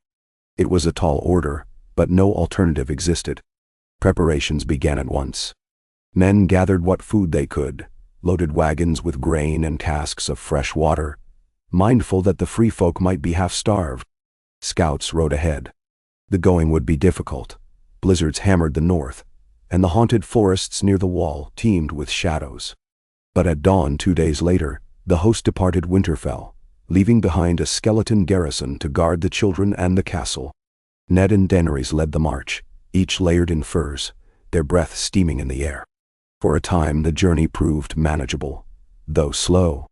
The roads were little more than tracks buried under drifts. Men took turns clearing paths, and the dragons soared overhead, occasionally roaring to keep the columns moving. The Dothraki found themselves demoralized by the unrelenting cold. though their fierce pride kept them from complaining too loudly. Even the northern men grumbled under their breaths, for this winter was worse than any in living memory. Yet all pressed on, driven by the knowledge that the fate of the realm hung upon their arrival at the wall. The deeper they went, the more ominous the signs became. Abandoned farmsteads dotted the fields, their doors left ajar, snow piling inside. Sometimes they found corpses of farmers or travelers, faces twisted in horror, limbs stiff with frost. Wolves prowled. The men tried to bury the dead, lest the whites raise them. But the frozen ground was as hard as iron, forcing them to burn the bodies in hastily built pyres instead. Daenerys and Ned watched each new pyre with grim expressions, mindful that these tragedies foreshadowed what might befall the entire realm. A week into the march, the vanguard encountered the first living wildlings. A ragged band of them emerged from the edge of a pine forest, armed with crude spears and wearing patchwork furs. Their leader raised empty hands in a gesture of no harm. The watchers tensely aimed bows, but Ned galloped forward with a handful of men, demanding they state their business. The wildlings, half-starved, explained that they had fled from the main host when the dead attacked. They wanted only to be let through the wall, away from the nightmare chasing them. Daenerys arrived soon after on horseback, measuring the wildlings with careful eyes. She ordered them given food and blankets. A mixture of relief and confusion lit their faces. They muttered in their own dialect that never had they expected Southerners to treat them with mercy. Their warnings matched the Night's Watch rider's story. A swarm of whites was harrying the main wildling camp, while White Walkers lurked in the storms. 2 nights later, the combined host made camp in the shelter of a valley, near a half-frozen stream. The wind howled, and the darkness seemed alive. Ned had walked the perimeter, checking the guard posts. He felt an unease prickling the back of his neck. Every shadow seemed to shift at the corner of his vision. The men were wary, some muttering about ghosts in the night. Daenerys tried to soothe their spirits by lighting large fires and allowing one of her dragons, Viserion, to curl around a pyre at the camp's edge. The flame and the presence of a dragon gave some measure of protection, or so they hoped. Before dawn, as the black sky began to pale, a watchman's horn blast shattered the silence. Ned jolted from a light sleep, grabbed his sword and rushed toward the outer lines. He found chaos. Figures in the darkness, stumbling or lunging, eyes burning with an eerie blue glow. The whites had come, reanimated corpses of men and women, some clad in tattered scraps, others nearly skeletal. They attacked the perimeter, swift and silent, except for the guttural rasp of dead throats. The northern guards sounded the alarm. Dothraki riders scrambled for horses, cursing in shock. Ned cut down one white, his blade biting into its rotted flesh, but still it clawed at him until a nearby soldier drove a spear through its skull. Another white lunged for Ned's back. He whirled, bracing himself, only to see a jet of flame sear the creature. Daenerys stood a dozen paces away, pointing with her gloved hand as Drogon swooped overhead, spewing fire. The creature erupted in flame, shrieking with an unearthly sound before collapsing to ash. Ned met Daenerys' gaze in that moment, gratitude mixed with horror. She nodded grimly, urging Drogon onward. The entire camp roused. The ring of steel and the roar of flames echoed in the dark. Amid the confusion, they saw a handful of White Walkers at the tree line, tall and gaunt figures with skin pale as ice. They carried spears or swords that caught the moonlight with a crystalline sheen. Each breath they exhaled seemed to freeze the air around them. Men who faced them died swiftly, their weapons shattering on contact with those ensorcelled blades. One walker advanced too near the center of camp, only to recoil as Drogon blasted it with dragonfire. The flames screeched across the icy ground, and the walker hissed, its flesh blackening in an instant, collapsing into shards of frozen dust. Yet the whites kept coming, more than Ned had imagined possible, as if every corpse in the region had answered some silent summons. The line threatened to buckle. Robb Stark led a contingent of northern pikemen in a desperate stand, driving the dead back from the supply wagons. Arya, ignoring Ned's orders to stay put, darted between tents, using needle to stab at any white that threatened the wounded. Sansa clung to the safety of the main pavilion with Catelyn, though they helped triage the injured. Jorah Mormont and several Dothraki riders formed a cavalry wedge that cut through the Whites, but they had to retreat when a White Walker froze a horse mid-gallop. The horse and rider shattered upon hitting the ground, a horrific sight that left the watchers pale with dread. Amid the swirling melee, Daenerys' dragons proved a crucial advantage. Rhaegal and Viserion joined Drogon, unleashing torrents of flame that lit up the night like dawn. Whites went up in blazing pyres, their shrieks deafening. The dragons strafed low, setting the ground aflame. More than once, Ned feared they might catch friendly soldiers in the inferno. But Daenerys guided them carefully with shouted commands in Valyrian, weaving the dragon's flight to incinerate only the dead. The White Walkers, outmatched by dragonfire, retreated into the deeper darkness, calling their whites with them. Just as suddenly as the assault had begun, it ended. The dead melted away into the icy gloom, leaving a field of burnt corpses and shattered ice behind. Dawn found the camp reeking of smoke and death. The living tallied their losses. Dozens dead, dozens more wounded, tents burned or torn. But they had survived. As Ned stepped among the wreckage, helping gather the fallen for burning, lest they rise again, he encountered Daenerys, her cheeks smudged with soot, her expression taut with sorrow. "We must press on," she said in a hoarse voice. Scanning the devastation. "If they strike again with greater numbers, we might not be so lucky." Ned nodded. "To Castle Black then. Let's hope we can fortify ourselves behind the wall. We'll deal with the wildlings or ally with them, or anything else needed to keep these monsters at bay." Nam. And so, battered but resolute, the host continued. Now they knew the face of their enemy, no longer a rumor or half-legend. They had glimpsed the White Walkers, unstoppable except by flame, or perhaps certain rare weapons. Daenerys' dragons had carried the day, but no one knew if that alone would suffice when the true Legion of the Dead appeared. Fear weighed on men's hearts, yet also a strange unity. Southerner or Northerner, free folk or kneeler, all faced the same dire threat. Another brutal week of travel brought them to the wall at last. Castle Black loomed, a fortress of black stone pressed against the colossal barrier of ice that stretched east to west across the continent. The wall soared high, its surface glimmering with hoarfrost in the morning light, so tall it defied comprehension. Even Daenerys' dragons looked small when they flew near it. As the host approached, weary men on the battlements cheered, recognizing the banners of House Stark.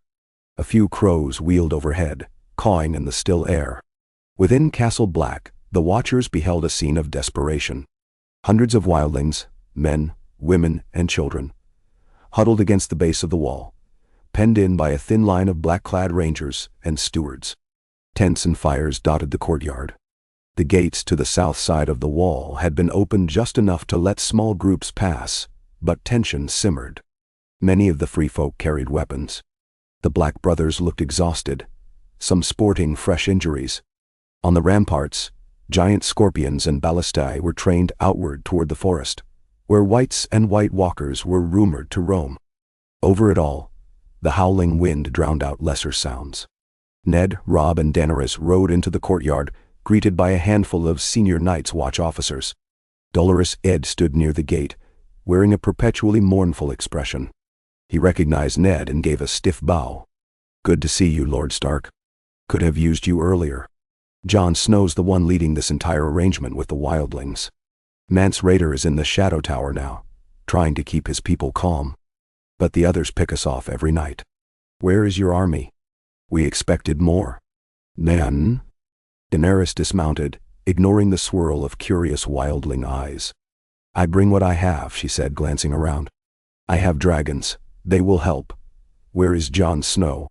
Dolorous Ed gestured to the top of the wall. "He took a party up there to scout the northern side.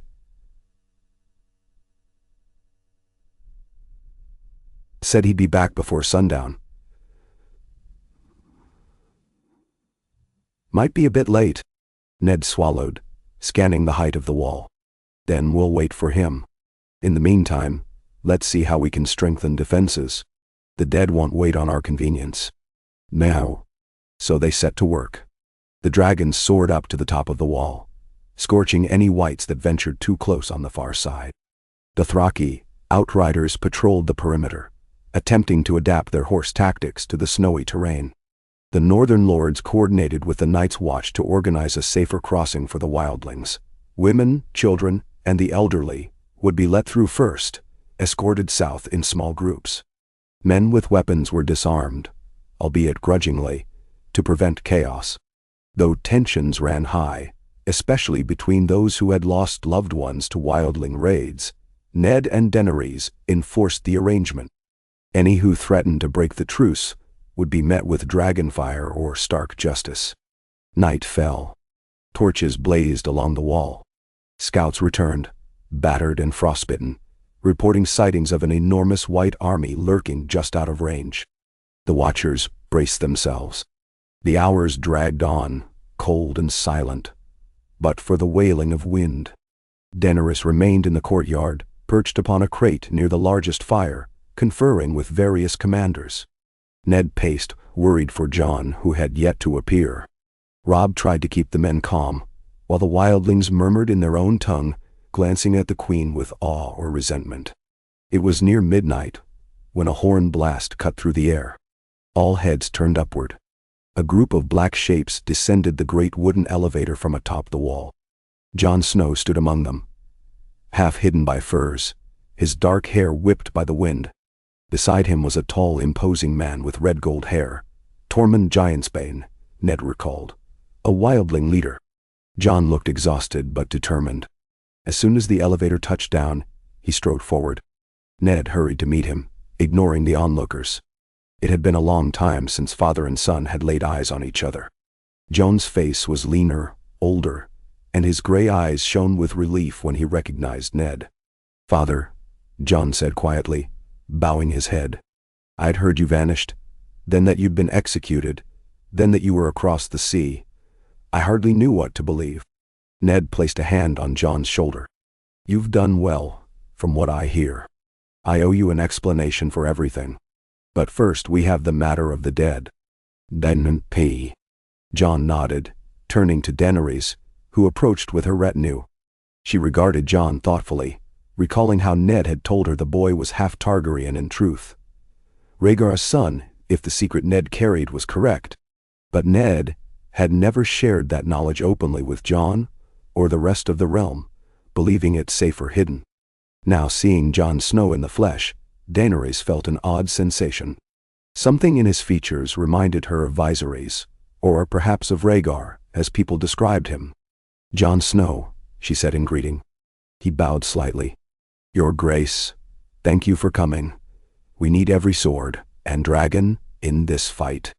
Tormund Giantsbane eyed Daenerys with open curiosity. "A woman queen, eh?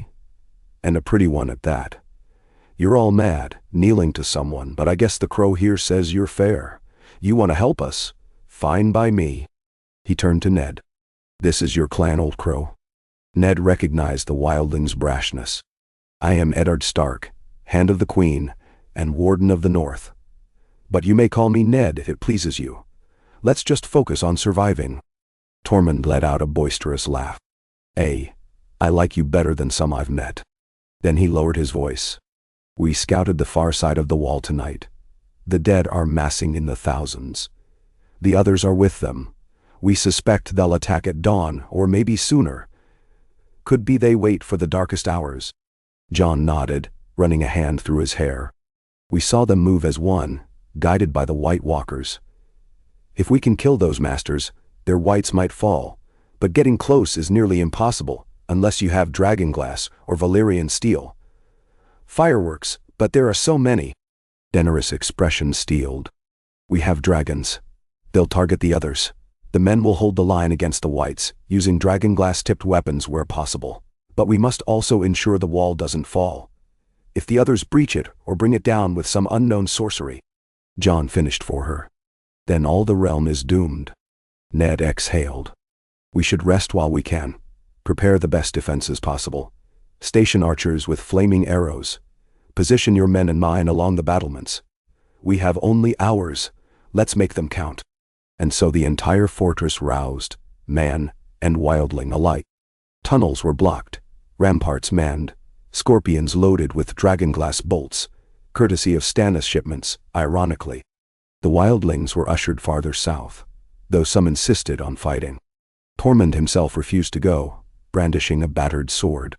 Daenerys dragons perched atop the wall, each with a small platform built for a rider. Daenerys Rhaegal, Jorah, Drogon, a Dothraki bloodrider on Viserion. The plan was that once the battle commenced, they would scour the field for White Walkers and burn them. Ned found himself unable to sleep. He walked the ramparts, each step crunching on thin ice. Sentries stamped their feet, trying to stay warm, while behind them, the vast whiteness of the northern wilderness stretched into shadow. Every now and then, Ned thought he glimpsed movement out there, shapes in the swirling snow. By the time the eastern sky began to lighten in a feeble dawn, tension had reached a breaking point. Men drew their cloaks tighter, hearts pounding. Arya and Sansa remained inside the keep, with instructions to hide in the vaults if the fortress fell. Bran and Rickon were in Winterfell, far away from immediate danger, though the entire north was at risk if this line did not hold. A hush settled over Castle Black as the first rays of pallid sunlight spread across the horizon. The wind died to a faint whisper. Then, slowly, shapes emerged from the tree line, a vast host of silent figures. The watchers felt their breath catch. Thousands of whites, in ragged silhouettes, marched forward in uneven lines, arms outstretched. Behind them, riding dead horses or standing upon drifts of snow, moved the White Walkers. Their eyes shone a cold blue. The entire horde advanced without war cries, with no drumbeat, only the eerie hush of unstoppable inevitability. Men shivered despite themselves. Even the most hardened warrior felt a primal dread. Then came the dragons. A roar echoed across the sky as Daenerys descended from the top of the wall, Rhaegal's green scales catching the faint sunlight. Drogon and Viserion followed, their shrieks stirring a gust of air that ruffled the banners below. Bolts of scorpion fire launched from the battlements, flaming arrows arced overhead, and a cacophony of horns signaled the living's defiance. The whites broke into a ragged charge, arms flailing. At the front lines, men braced spears of dragonglass. Those who lacked such weapons clutched ordinary steel, well aware it might fail them. The clash was beyond anything the realm had witnessed in centuries, an army of the dead pitted against a motley alliance of living souls. As the first wave of whites hurled themselves against the gate and walls, the dragons swooped, bathing the field in flame. Undead shriveled by the hundreds, but more took their place. White Walkers, immune to ordinary flame unless it was dragon fire, advanced steadily, raising their weapons. Where a White Walker passed, frost spread, turning men's swords brittle. Some few had Valyrian steel or dragonglass, and managed to strike a telling blow. One walker shattered under a blow from Longclaw, Jon Snow's blade. Another fell to the flaming spear of a Dornish warrior. But more pressed in, the swirl of frost and death, unstoppable. Ned found himself defending a breach in the palisade where whites poured in. He wielded a dragonglass dagger along with his steel sword. One white nearly tore into him before he slashed it across the neck with the dagger, the dead flesh hissing and disintegrating. Nearby, Robb Stark led a countercharge of northern men, gray wind tearing the throats of whites. Tormund roared curses at the White Walkers, hacking away with a stolen dragonglass axe. The courtyard became a frenzied tangle of living and dead. Above, Daenerys guided Rhaegal to strafe across the largest cluster of walkers. Green flame gushed from the dragon's maw, incinerating half of them in one pass. Yet the White Walkers began to hurl spears of ice, one of which grazed Viserion's wing. The dragon roared in pain, spiraling dangerously before regaining control. Jorah Mormont, astride Drogon, answered with a furious blast of flame, torching the White Walker who had thrown the spear. But each victory seemed ephemeral. There were always more. As the battle raged, Ned occasionally glimpsed Jon Snow in the thick of the fight, parrying the Walker's blade with Longclaw and driving it back. At one point, Jon was surrounded by whites, outnumbered. Ned's heart clenched. But Ghost, the direwolf, appeared from nowhere, ripping apart the undead from behind. Jon rallied, slicing through them with a lethal combination of sword and flame. Ned silently thanked the old gods for preserving Jon thus far. Gradually, the tide began to turn, thanks to the dragons. Their repeated blasts of fire created barriers that whites could not cross. With many White Walkers slain by concentrated efforts from skilled fighters, the whites began to falter, lacking the controlling presence that animated them. The men of the Night's Watch realized this and focused their attacks on the remaining walkers, with Daenerys and her flight providing air support. One by one the Frosty Lords fell, shattering or collapsing into hoarfrost as Dragonflame or Valyrian steel struck them. When the last one was immolated by Drogon's fire, a rippling effect swept through the battlefield. Hundreds of whites simply crumpled, inert once more, as if their puppeteer's strings had been cut. An eerie hush followed, broken only by the crackling of flame and the ragged breathing of survivors. In that hush, no one cheered immediately. So many had died. The courtyard and the field beyond littered with corpses, both fresh and long dead.